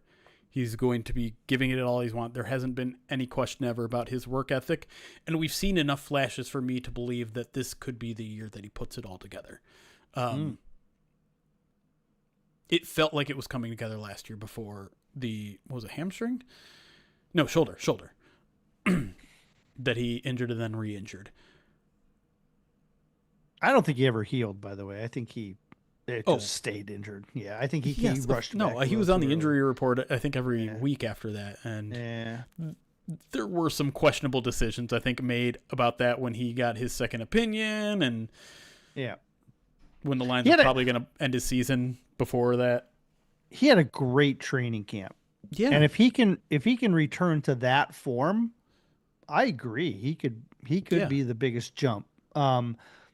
The problem is we just never saw training camp Terrion on the field. Right. There were some, like, right before their injury happened, it was like there was a string of 6 quarters where it was like, oh, It's like he's starting to turn the corner. Now, that is not enough of a sample size to be like, okay, he's going to come in and he's going to be a top 10 corner, right? Like, that's not where my expectations are at. But could he be a good starting corner this year? Like, yes, absolutely. I think that's 100% on the table. I understand, like, this city has just been, I don't know, like, scarred from the high investments in corner over the past 5 years that just have not paid out. And everyone's already like ready to call him Jeff Okudah number 2. And I get it. Like he has to go out there and prove it, right? Okudah had to deal with injuries early in his career and he never recovered from it. But I don't know. I think there's enough, between the years there to take on the challenge of putting all the noise behind him, to play good football, to live to his full potential. But it does kind of have to be now or never with him. The difference between him and Okudah to me is that for whatever reason, Okudah never developed. Yeah. And I don't understand it because he's a smart kid. Like he was really, but it just, I think everything got to him a little bit more. Maybe. Like he seemed a little sensitive. Seems like I'm not trying to take the negative connotation of sensitive, but it just felt like the frustration was building with him. And he wouldn't really show it externally, but like he just kind of get more and more reclusive. That's obviously not a problem with Terrion, right? Like he's out there, still has all the confidence in the world. And I think you can see improvements in Terrion's game. Like you can see those flashes. With Okudah was kind of always the same guy. Like you were always waiting for him to take that next step because he had so much, it looked like he had so much potential. And for whatever reason, he never grew. And it's a shame because like I said, good person, smart, and he had all the athletic gifts, but such is the case, I guess, sometimes is that you project these guys to take steps, and that's why you draft them as high as you do. But it doesn't always happen. Guys don't always take the steps to reach their ceiling, and I believe that's one of the big separators between him and Terrion. Terrion, I believe, still can get there, but we still have to see it, right? No doubt. Staying with Terrion here, Josh Kerr's Cybertruck asks, how well would Terrion Arnold and Ennis Rakestraw have to play this year to get an extension in your eyes? There's at least a chance that no one from the 2024 class signs a second contract with the team. Is this common? Are we spoiled? Let's start with TA and Rakestraw. Okay. Yes. Because, those are two very separate questions. Yes. With Terrion, I think it's harder because he's going to go. It might be harder for him to get a second contract because he's going to go in with his level of confidence and believe that he deserves a high contract. And there's also enough there that I think some teams are willing to pay him a high contract if he reaches free agency. Sure. The Lions, though, I believe they're waiting for him to take that next step before they want to give him that contract. Mm-hmm. Whereas, again, like I said, another team might just give it to him. And so I think he might be a harder re-sign than a guy like Rakestraw, who hasn't really been on the field because of his injuries. Teams don't really know what he can do. And so if he goes out and he has a good season, there's going to be a lot of teams that are like, it's a small sample size, right? Like, what do we know really about him? Are we willing to invest a lot of money in him? Right. Which is going to lower his price, which makes him maybe an easier re-sign. Well, he's not a free agent next year, too. No. Right. You're talking 2 years. Like, right. I think the likelihood that either of these guys gets an extension next offseason is almost close to zero for both of them. Like, Terrion would have to be like a Pro Bowler, I think, to earn an extension before the final year of his contract. I don't think it happens. Ennis, I think there's I don't know what Ennis could possibly do as someone who's not even projected to be a starter right now to earn a contract before the final year of his deal. But yes, if we're talking about extensions in 2 years, what do those players have to accomplish to get there? Yeah, it's a lot, right? Like they'd have to show in very specific areas. There's a lot they'd have to do in order to even get re-signed. But like I said, I was getting ahead of myself there. Right. But no, I do think Ennis's maybe path to stay in Detroit's a little easier just because Terrion's going to have higher expectations. Right. It is an interesting thought experiment to have, because if Terrion does turn it around and plays really well in these final 2 years on his deal, does he price himself out of Detroit? It's certainly possible. Maybe. We know the Lions like to reward their own, and in a lot of ways, I would imagine they would continue to do so, right? If he by the end of his rookie contract is borderline Pro Bowler, that's going to be a very expensive contract to keep him, right? It's considered a premier position at this stage, but the Lions have not had an issue paying out premium money for premium positions. They've paid an edge rusher, they've paid an offensive tackle, they've paid a quarterback, they've paid a defensive end, right? Like, if he's good enough and plays consistent enough ball for 2 years, and I would say is like on the edge of being a Pro Bowler, I think they probably do extend him and willing to shell out that money. But like, Ennis could be so, for lack of a better term, mid, where like they kind of give him almost kind of like the Levi Onwuzurike treatment, where it's like, yeah, we'll throw you a 1 year deal to stick around for another year and see what you can do. Right. As far as the second part of that question,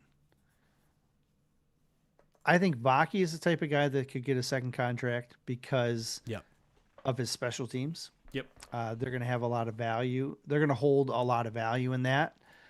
And I also think if Mahogany continues to start, like, he's going to be in line for a second contract as well. So Wingo's got to do something to get on the field. Manu's got to do something to get on the field. But yeah, I think Vaki and Mahogany might be the two that are most likely to get extended. Yeah.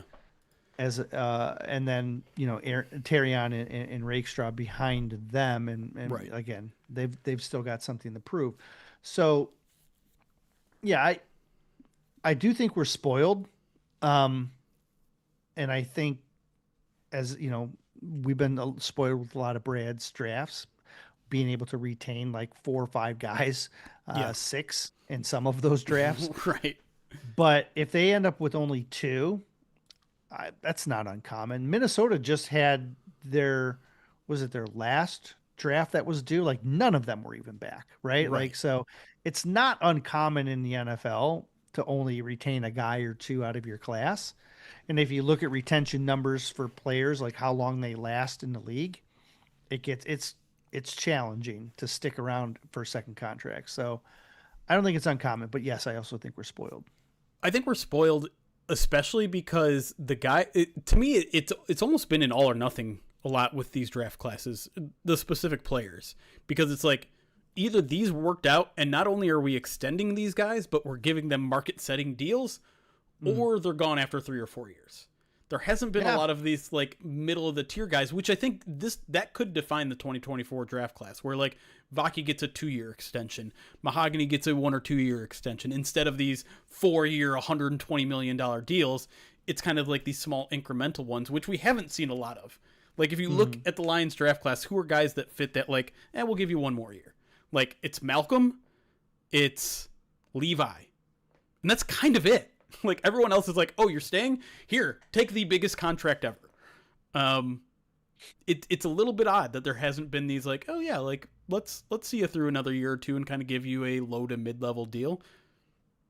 I don't think I skipped over anybody. I think that's literally it. I'm going through as fast as I can looking at these things, and I don't see a drafted player that's not on a rookie contract that is still with the team other than those 2.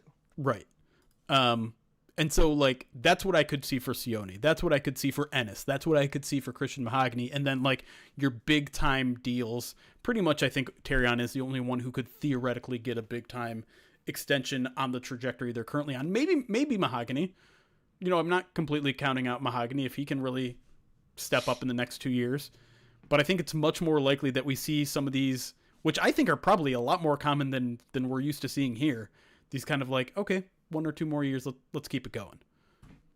Especially for those like day 3 picks. That's where you'd expect to see some of those deals. And like I said, Rodrigo and Rodriguez might have been a completely different situation if he hadn't had the ACL tear. ACL, yeah.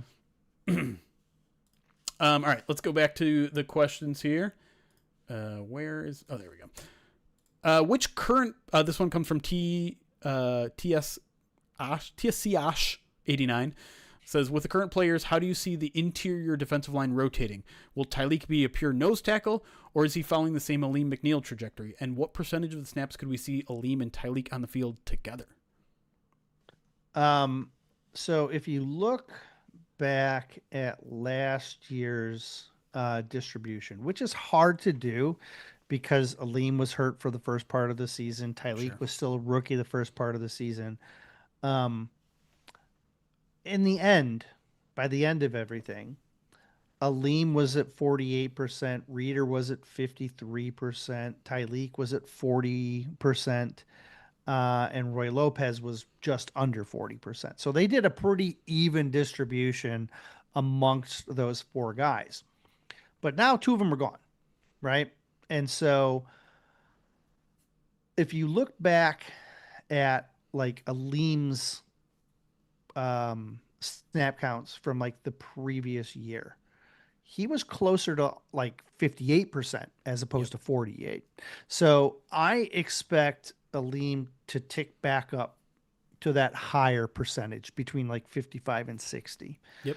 And with Tyleek being in his second year, I also expect him to see maybe a good 10% uptick as well. So you're talking from 41 to 51.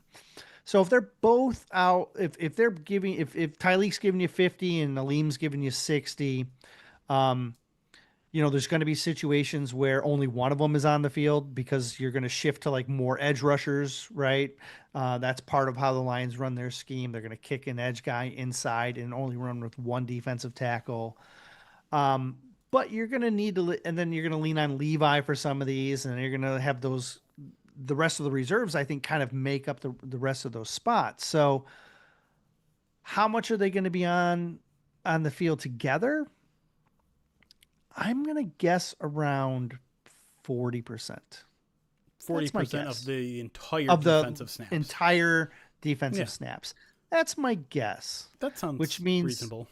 Right. So if they're on 40% and then you put another Aleem, it's just Aleem 20%, maybe, or Aleem and someone else 20% of the time, and then another 10% for Tyleek. You're talking about like that's 75% of the time one of those guys is going to be on the field. That's my rough estimation. I think that sounds reasonable. I think the more interesting question is, okay, who fills out the other 25 to 30% of the snaps? And there's not really a clear answer right now. Like, is it Tufele? Is it Kiana Aina? Who's your number Chris 3? Smith? Like, who's your number 3? Do you have one? No. I mean, I don't think there's a clear one. Like, maybe it's Tufele because he has the most experience, but like, I'm highly intrigued by Aiden Kiana Aina. I do think they like Chris Smith a lot. He's still hanging around and is 310-ish, like maybe a little bit capable of doing some nose stuff. But both Smith and Adams can kind of play up and down that whole line. Like they're steady practice squad guys who can, maybe earn a spot. Yeah, sorry about that. Muted myself for a little bit. Oh, sorry. I wanna bring maybe another guy who can play on the interior and some edge into the next conversation here. Question from Ash Soden says, who would be the surprise player on the defensive line who could break out a la Al-Qadim Muhammad, Kamish, Charles Harris, Romeo Okwara? I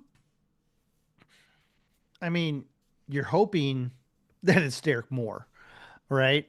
Sure. I mean, that's your hope, is that he comes in and he can deliver an 8-sack year, a 10, maybe with a few more opportunities, maybe even get that number higher, but you're hoping it's him. Yeah. I think there are probably 3 candidates, right? Tim? Okay. It's DJ Wanham.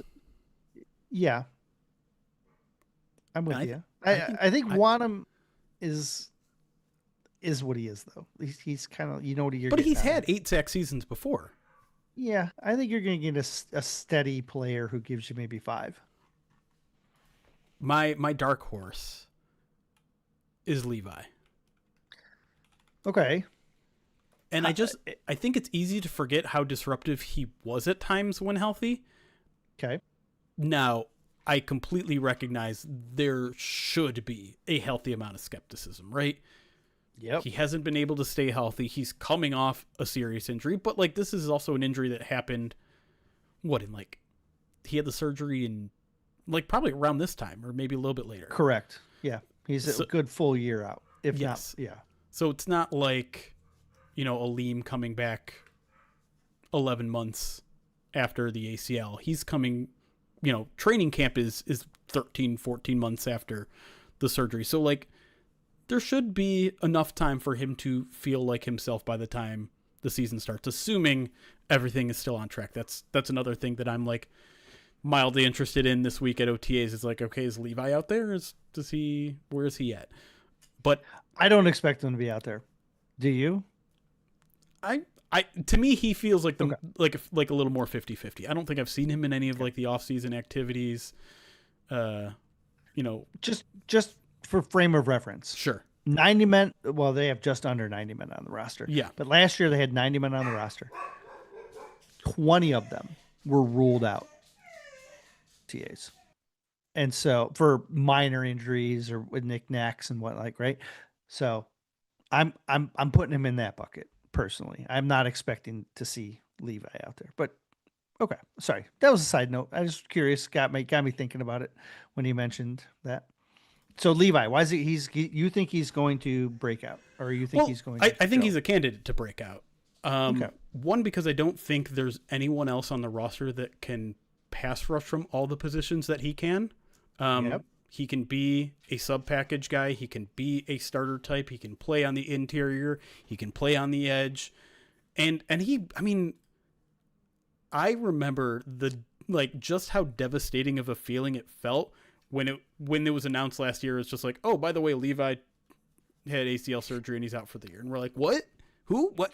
I didn't even know he was dealing with anything. Like, he was a guy that I feel like they were relying on quite a bit last year to have that kind of tweener role between the defensive tackle, defensive end. And I don't see that changing this year. I don't feel like they added anyone else who was going to challenge him for that role.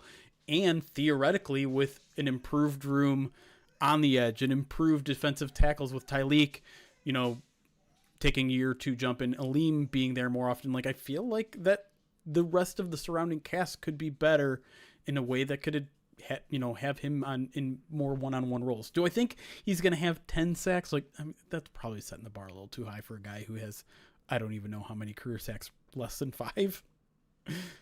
But good question. I think if there was like, if the question was more who is a guy that no one is talking about that could have a much bigger impact than people are saying, I kind of would pick Levi.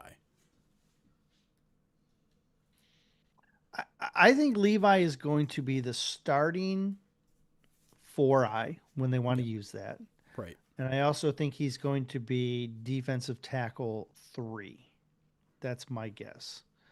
So I do think he's going to have a big role. It's just a matter of, can he be productive out of those roles, or is he just going to be a body? The fact that they didn't add, the fact that the only real competition that they added for him was a 7th rounder in Tyree West, right, tells me that they they're either one, feel confident that Levi's going to be able to return, right, or 2, are maybe phasing that role out, right? Sure. So I'm not sure which way to lean on that, but it certainly speaks volumes to me, the lack of additions on the defensive interior, that I believe they're hoping Levi is that guy who can fill out some of those veteran snaps. PFF is falling apart, so I don't have the specific stats, but I believe they had him at 47 pressures in 2024. Oh yeah, when he started playing like pure edge, and keep in mind, from what I can understand, he was dealing with that knee injury then Right. during that year that he was producing that at that level. And so Yeah. like if you can if he's fixed right, if he is fixed right, like if that knee is back to where it needs to be, like I'm very excited on where he can go. All right, last question here. And this is a good one. This is from Daniel J., one of our Pride of Detroit Direct subscribers, says, I want to learn to see the game better. When I listen to you or Erik, I often wish I could borrow your eyes and see the game the way you do. One piece of advice I had heard is keep your eyes off the ball so you can see what the offensive and defensive line are doing, but that's hard to do. So can you give me any tips? Help me be a better Lions fan. Oh yeah, look, watching what is happening around the ball is massive, and I agree with you. It's a very hard to do. When I watch a game live, I often find myself gravitating to the ball. And Sure. I do a lot of my pre-snap reads on where guys are, like pre-snap, right? Like I'm making a lot of my stuff done. I'm getting a lot of my like who's where ahead of time. So Yes. when the play unfolds, I'm like I'm almost tracking where these guys are. Like if Goff is looking right, I'm like, okay, I know JMO was out there, so I know that's probably where he's looking, or if he shifts back left. Like I'm kind of guessing or trying to follow along with what I'm doing with my pre-snap stuff. So it's very hard to not follow the ball. It really is, and it's one of the reasons why I don't end up having a good analysis of offensive line during the regular season until I go back and watch the game, Yep. because it's so hard to just like keep that focus on those trenches even when the ball goes away. Sometimes, I mean, if you're watching from home, the camera pans away anyways, and they mess you up. And Yep. if you're watching from home, you can't see what the safeties are doing because they don't show you, and so that makes it Right. harder. Um, but I totally get that. So Daniel, what I guess where I'm getting at here is that I do a lot of stuff ahead of time. Like I want to know Yes. what who's where when the play starts. Yep.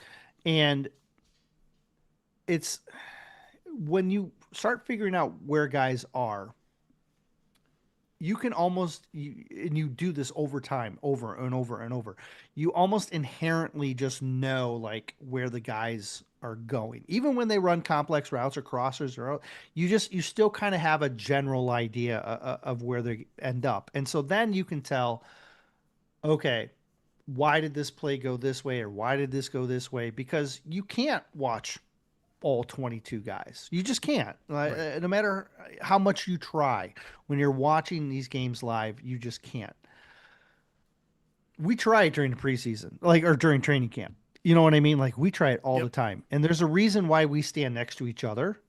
And I say, "Oh, I missed that guy." And then other beat writers will shout out like, "Oh, what number was that?" Right? Like, so we count on each other a lot. So if you watch it, if you can watch the game with somebody, that will help you. If you can figure out where guys are ahead of time, that will help you. Um, and so there's a lot of it's just knowing the players and knowing where they are before the play even starts. Yes. I think I really like that piece of advice is just try to diagnose the formation, the personnel before the ball snapped. Sometimes the TV broadcast does a very terrible job of like giving you that wide view, and you get like a half a second of it, and it drives me crazy every time they do that. Yes. But I think that's a good place to start, because yes, you then have a baseline of where everyone is at. You know what personnel they're in. You know, I will admit it's very hard to do that on defense sometimes. It's easy on offense because you know what the offensive line is going to look like. You just kind of need to pay attention to the skill position players. It's a little bit harder when there's so much rotation that's involved in the defensive line. But my piece of advice is watch replays all the time. When I'm at home, when I'm watching an away game, I have the game on my TV. I have the game on my tablet. And after, like, as soon as the play starts on my TV, I pause it on my tablet. I watch it live, and then I immediately watch the replay on my tablet, because I know what happens now. And so like, I know what I need to focus on. Oh, that run didn't work. Let me focus on the A gap where the play was run. What went wrong or what went right? Because I mean, in an ideal world, you're getting that replay anyways from the broadcast, but a lot of times you aren't. And so for me, it's all about rewatching. And like you said, sometimes you're doing so much in the moment for the website for us, where like we're writing, we're tweeting, we're live blogging, whatever, that maybe we can't be as judicious on our replays. We can't be judicious on that stuff. Like, this is where I would highly recommend, and this isn't me doing a plug for anything because I'm not paid by it, like, get an NFL Plus subscription. Watch the All 22. Because a lot of what you and I, we might sound like we know what we're talking about after a game, but a lot of times it takes us a second or third viewing to really understand why the Lions won, why the Lions lost, why the running game wasn't working, why the secondary wasn't where they needed to be.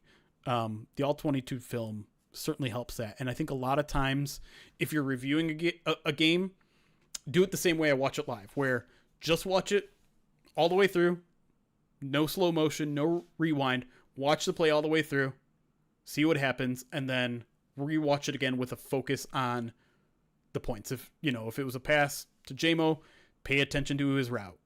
If it was a pass to JMO that was affected by pressure, maybe watch JMO's route one replay and then watch the replay again and just focus on the offensive line play. You really have to break it down piecemeal, and you can't just do it on one live viewing. Just saying, hey, don't focus on the ball, focus on the trench play one time isn't going to do it. You aren't going to get all the analysis you need. Sometimes it takes 3, 4, even 5 replays to like fully understand what's going on in a play. So if you have the time to spend, an extra 2-3 hours rewatching a game, sometimes it's even more than that. I would definitely recommend that, and particularly through the All 22, because I'll say it, like, I think my favorite way to consume a game is end zone camera. I think when I had season tickets, I was in the end zone and I loved it. Like, you can literally see all 22 players. It's great for line play, and is it the ideal for secondary play? No, but you can still see everybody. So, it's why, like, I always want to take training camp observations with a little bit of a grain of salt, because generally speaking, we don't get a replay. Like, we have to make all of our observations live viewing. That's hard to do with trench play. That's hard to do when you aren't paying attention to every single route run. Sometimes we get the video board behind us and we get a little bit more confident in what we see, but it's tough. It's very tough to see the game as cleanly as you want to. The couple more things that I might want to add to this as far as tips. When I assess what the play is, or how they're lining up, I always try and identify what I think is the weakness. And I'm sure it annoys the crap out of you because I point it out every single time. I say, this is the spot that I think is weakness. And so, it's funny. It's kind of a running joke because I say it every play, what I think is the weak spot. No, done JMO. JMO's wide open. He's going to be open in deep corner. And so right off the bat, instead of trying to watch all of it, when I identify what I think is a weakness, that's where I start my watch, right? So like if I think St. Brown is matched up on a linebacker, I will take my eye off the ball and I will start the play on St. Brown. Okay. So I know Goff's going to get it snapped. There's going to be a little play action or something like that, or, but I'm starting to look, does St. Brown beat his guy? Right. And you kind of, it's almost like zooming out, right? Yeah. Like you assess what you're doing. I focus on where I think the mismatch is. And then when the play starts, I kind of zoom out and then I'm like, okay, what's happening? And you're now trying to watch what's unfolding in front of you. But I find when I watch the TV, I start by watching the quarterback, but when I watch in person, I'm looking for, I'm not looking at the quarter. Yeah. I'm not looking at the quarterback. And some of that is just because when we watch live, we get different angles. I find that when I'm watching at training camp, I try and take similar angles to when we're like at Ford Field. I like being offset and back because it's a natural feeling for me. Sure. I like talking to my left because that's usually where you are. And so I inherently talk to my left. And so I guess all this is to say, you'll develop habits as you go and lean into what works. Like Jeremy will have have the replay set up in between us, and I don't watch that replay every time like he does, but if it's a play where I don't understand something, I absolutely will use that, like lean in on a resource. Sometimes I'll watch it up on the jumbo screen if I'm at Ford Field, right? Like, because that'll tell you, more stuff. So there's all these little like tips and tricks you'll kind of find as you go along the way. But the important thing is just start by trying to find out what helps you best assess, what you're looking to assess. And don't try and bite all of it. Like, yes, again, that's what I was going to say. Okay, just go ahead. Early on, and this is especially true if you're like talking about training camp, a lot of times we'll go in and be like, all right, today I'm focusing on the defensive line. I want to see what these specific players or this specific position is going to look like, how they're playing, what this like, I really want to see Derek Moore versus, Penei Sewell. That's what I'm going to focus on today. Sometimes it's that small of thing that you need to focus on before you can widen your view.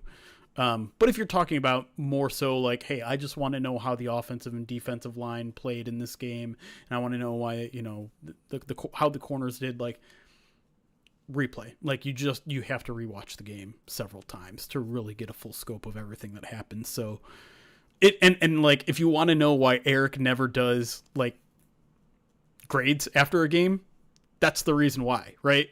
You've told me time and time again, like, well, I have a good feeling of what happened, but I don't know for sure. And I don't want to put out a grade immediately and then rewatch the game and be like, oh, actually the linebackers deserve an A, but I gave them a C-.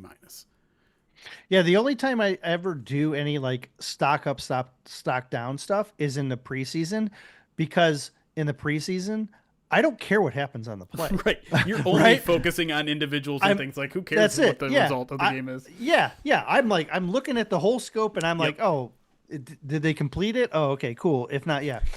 The last thing that I wanted to mention is just look for patterns.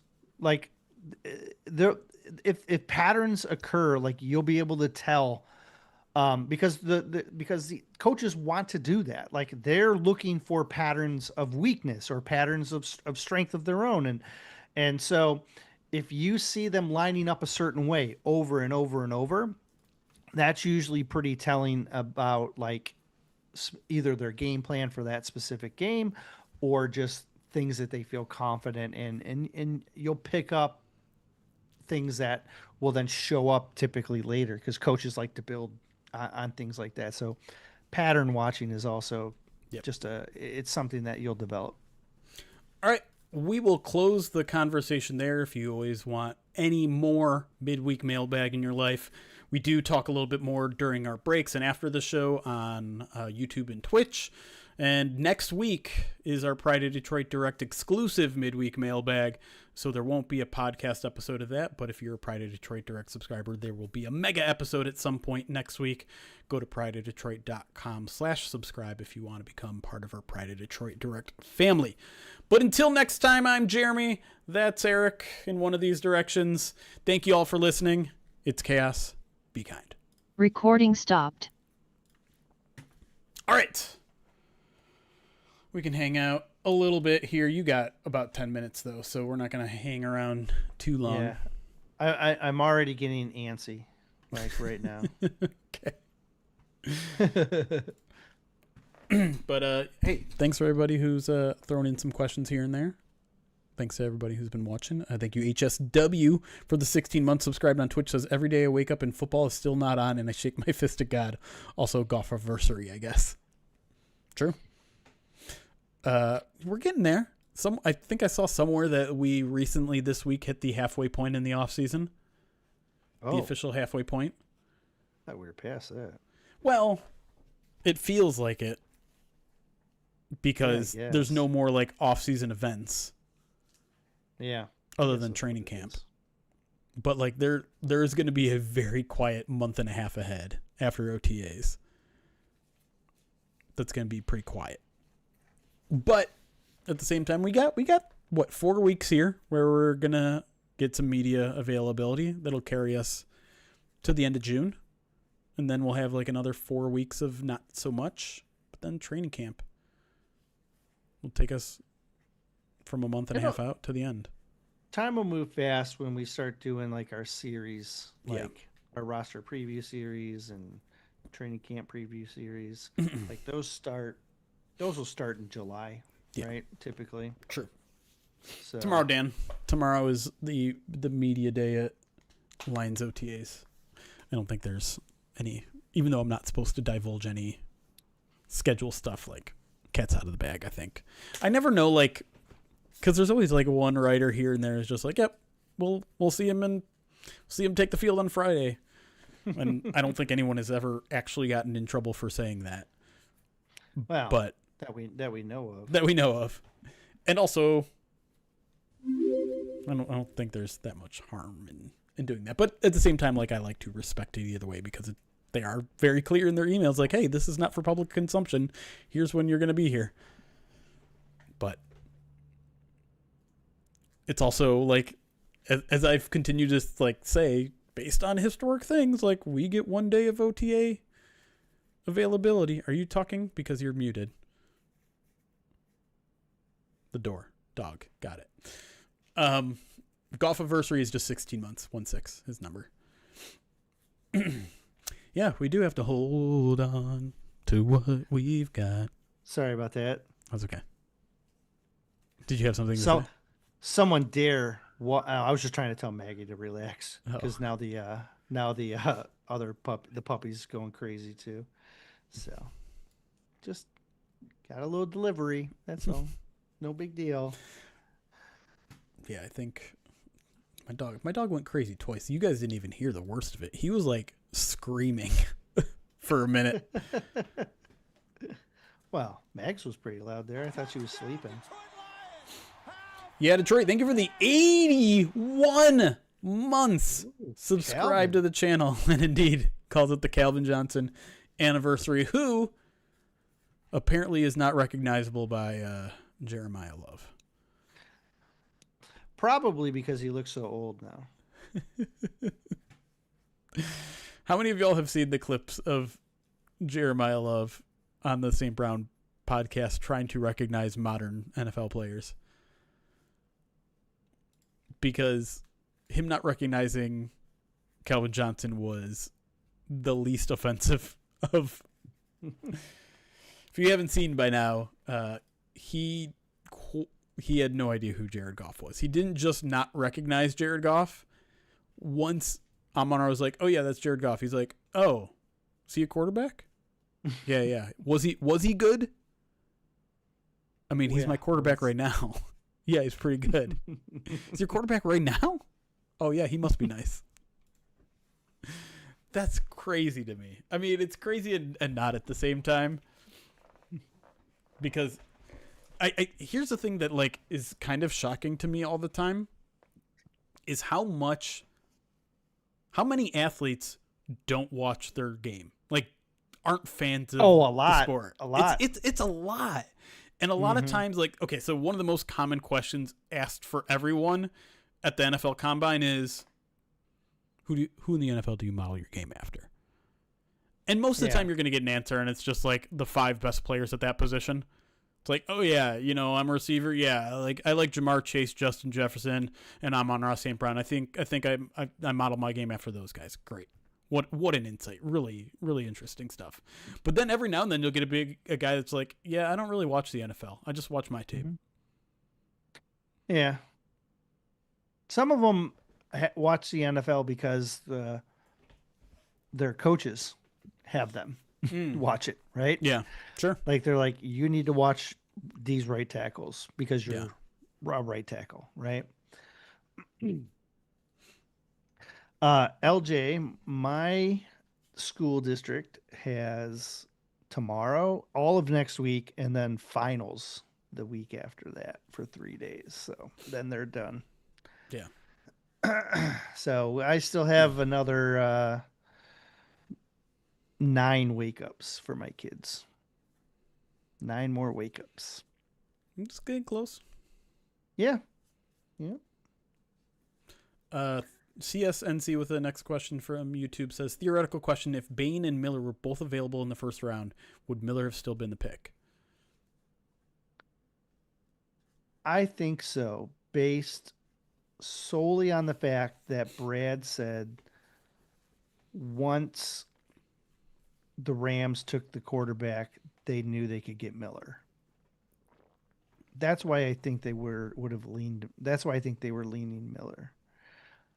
Now, would he have said the exact same thing if they took Bain? Probably. But I don't know. I mean, It's an interesting question. I feel yeah, like Lions fans would have lost their mind if they had picked Miller over Bain, but yeah, but the thing is we talked about this in the lead up. yep. This was not a deep offensive tackle class. Yep. And the combination of Miller and Moore is better than the combination of Bain and whoever they would have got at tackle. Yeah. Let me look at In my who's available at tackle. Who's the next tackle that went after, let's just say in the Derek Moore range here? Caleb Tiernan, that's my guess. I don't think there was another one in the second round. Tight end, defensive end. Markel Bell was the next one taken. Oh, 6'9" left tackle out of Miami.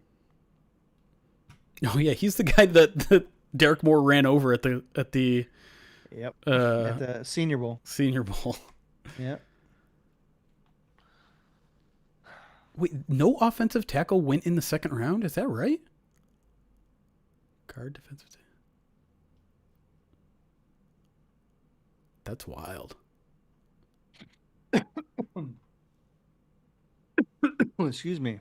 Austin Barber at 86. Yeah, I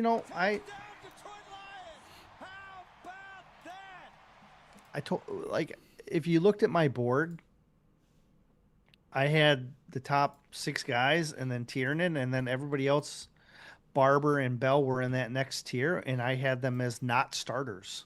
Right. So I don't know if they would have gotten a starting tackle if they would have took Bain. Yeah, I mean, arguably 6 Then- offensive tackles went in the first round and none in Yep. the second round. Larry Borum would be your starting right tackle if they took Bain. Maybe Jennings Dunker. I don't think they would have. He's a tackle. That's You think my he's a guard too? And Caleb Tiernan went 97, by the way. I mean, I think he's the one that has potential. Do you know Those where he third went? rounders. Tampa Bay.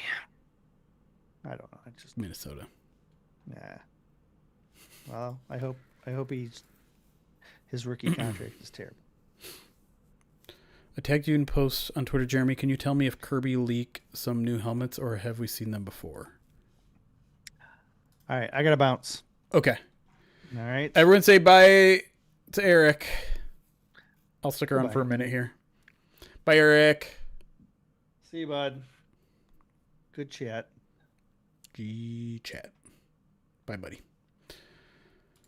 Do I go full screen? We'll go full screen. We don't do... Can I do it? Can chat show up here? Is that gonna work? Oh my god. There we go. I haven't seen this photo that you're talking about. When did you tag me? Because I have not seen this supposed leak. Oh, it's backwards. Whoops. Let's...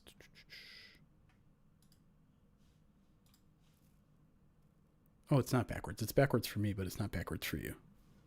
That's fine then. Does anyone know what he's talking about with this helmet thing? Bolivia, I don't know what image you're talking about. I can't currently see it on my mentions. Let me see if I can find it. Just a couple minutes ago? Okay, then it shouldn't be. Oh, I see you now. That is a great question. It's hard because it's blurry.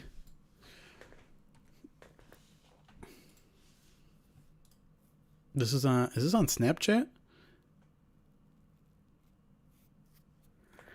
The helmets in the back there certainly just look like the black helmets.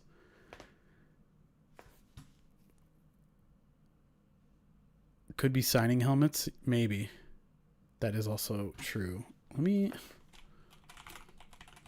Because those look very white. And as far as I know, I have not seen white Detroit Lions helmets. It's either been gray, blue, or black.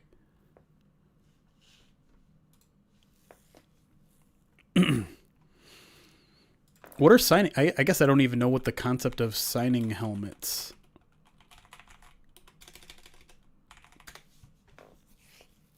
There's such thing as a signing helmet?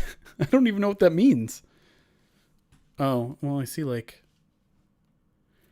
And it looks like... I don't know where... That doesn't look like a place that's in the Lions facility. Gosh, I didn't even know players were still posting on Snapchat. Did he post it to his Instagram too or no?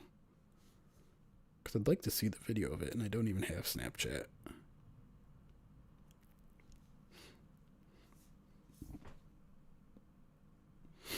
They could very well be the... Well, I don't know.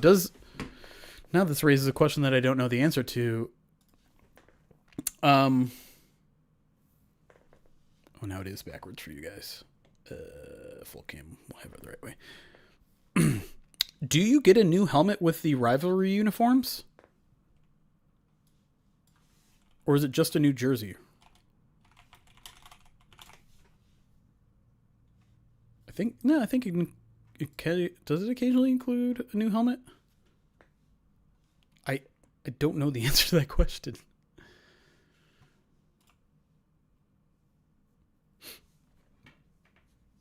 Will man have rival? Did they have him last year? I don't know.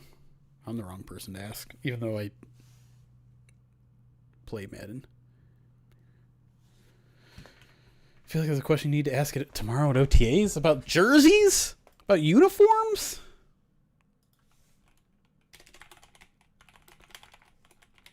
That doesn't seem like a day one OTA.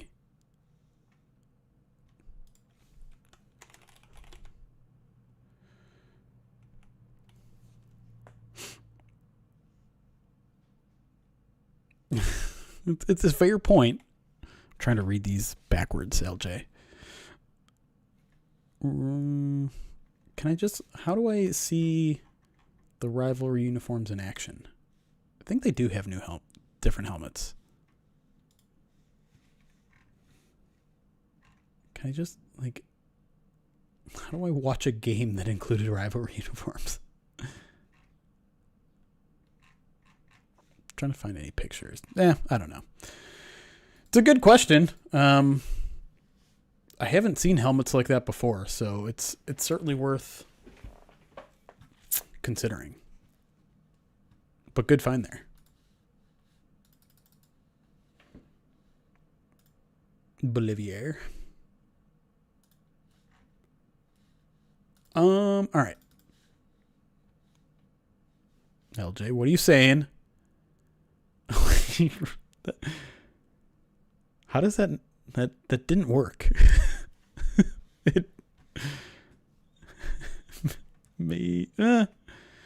It's like May off. Bunch of backwards letters, but good try. I did not see that Sinner went down in the French Open. That's not good. No, it's on my left side. Because this is my left hand. It's backwards. Anyways, all right. I think we're going to call things there. What do we got going on the rest of the week? OTAs tomorrow. We'll have observations written on the website Press conferences. I don't even remember who we're talking to tomorrow. We got a couple of people I probably shouldn't say out. We'll get Dan Campbell in the morning, and then a couple other people as well. Practice recap on the website. Video recap for Pride of Detroit Direct subscribers. Hopefully delivering that. I would guess maybe between 3 and 4. And I'm trying to think what else.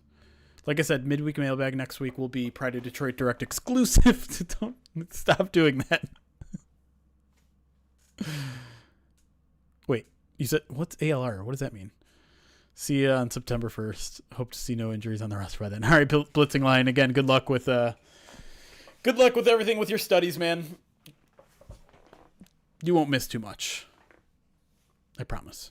Yep. All right. So we'll see you live next, probably Monday, to recap OTAs and break down any other news that happens. Midweek mailbag will be Pride of Detroit Direct exclusive. If you're a Pride of Detroit Direct subscriber, you also got a podcast today breaking down Jimmy Rolder with our good friend Anthony Broom, who you will also hear from next week about Derek Moore. And that's all I got for you guys. Thanks for hanging out.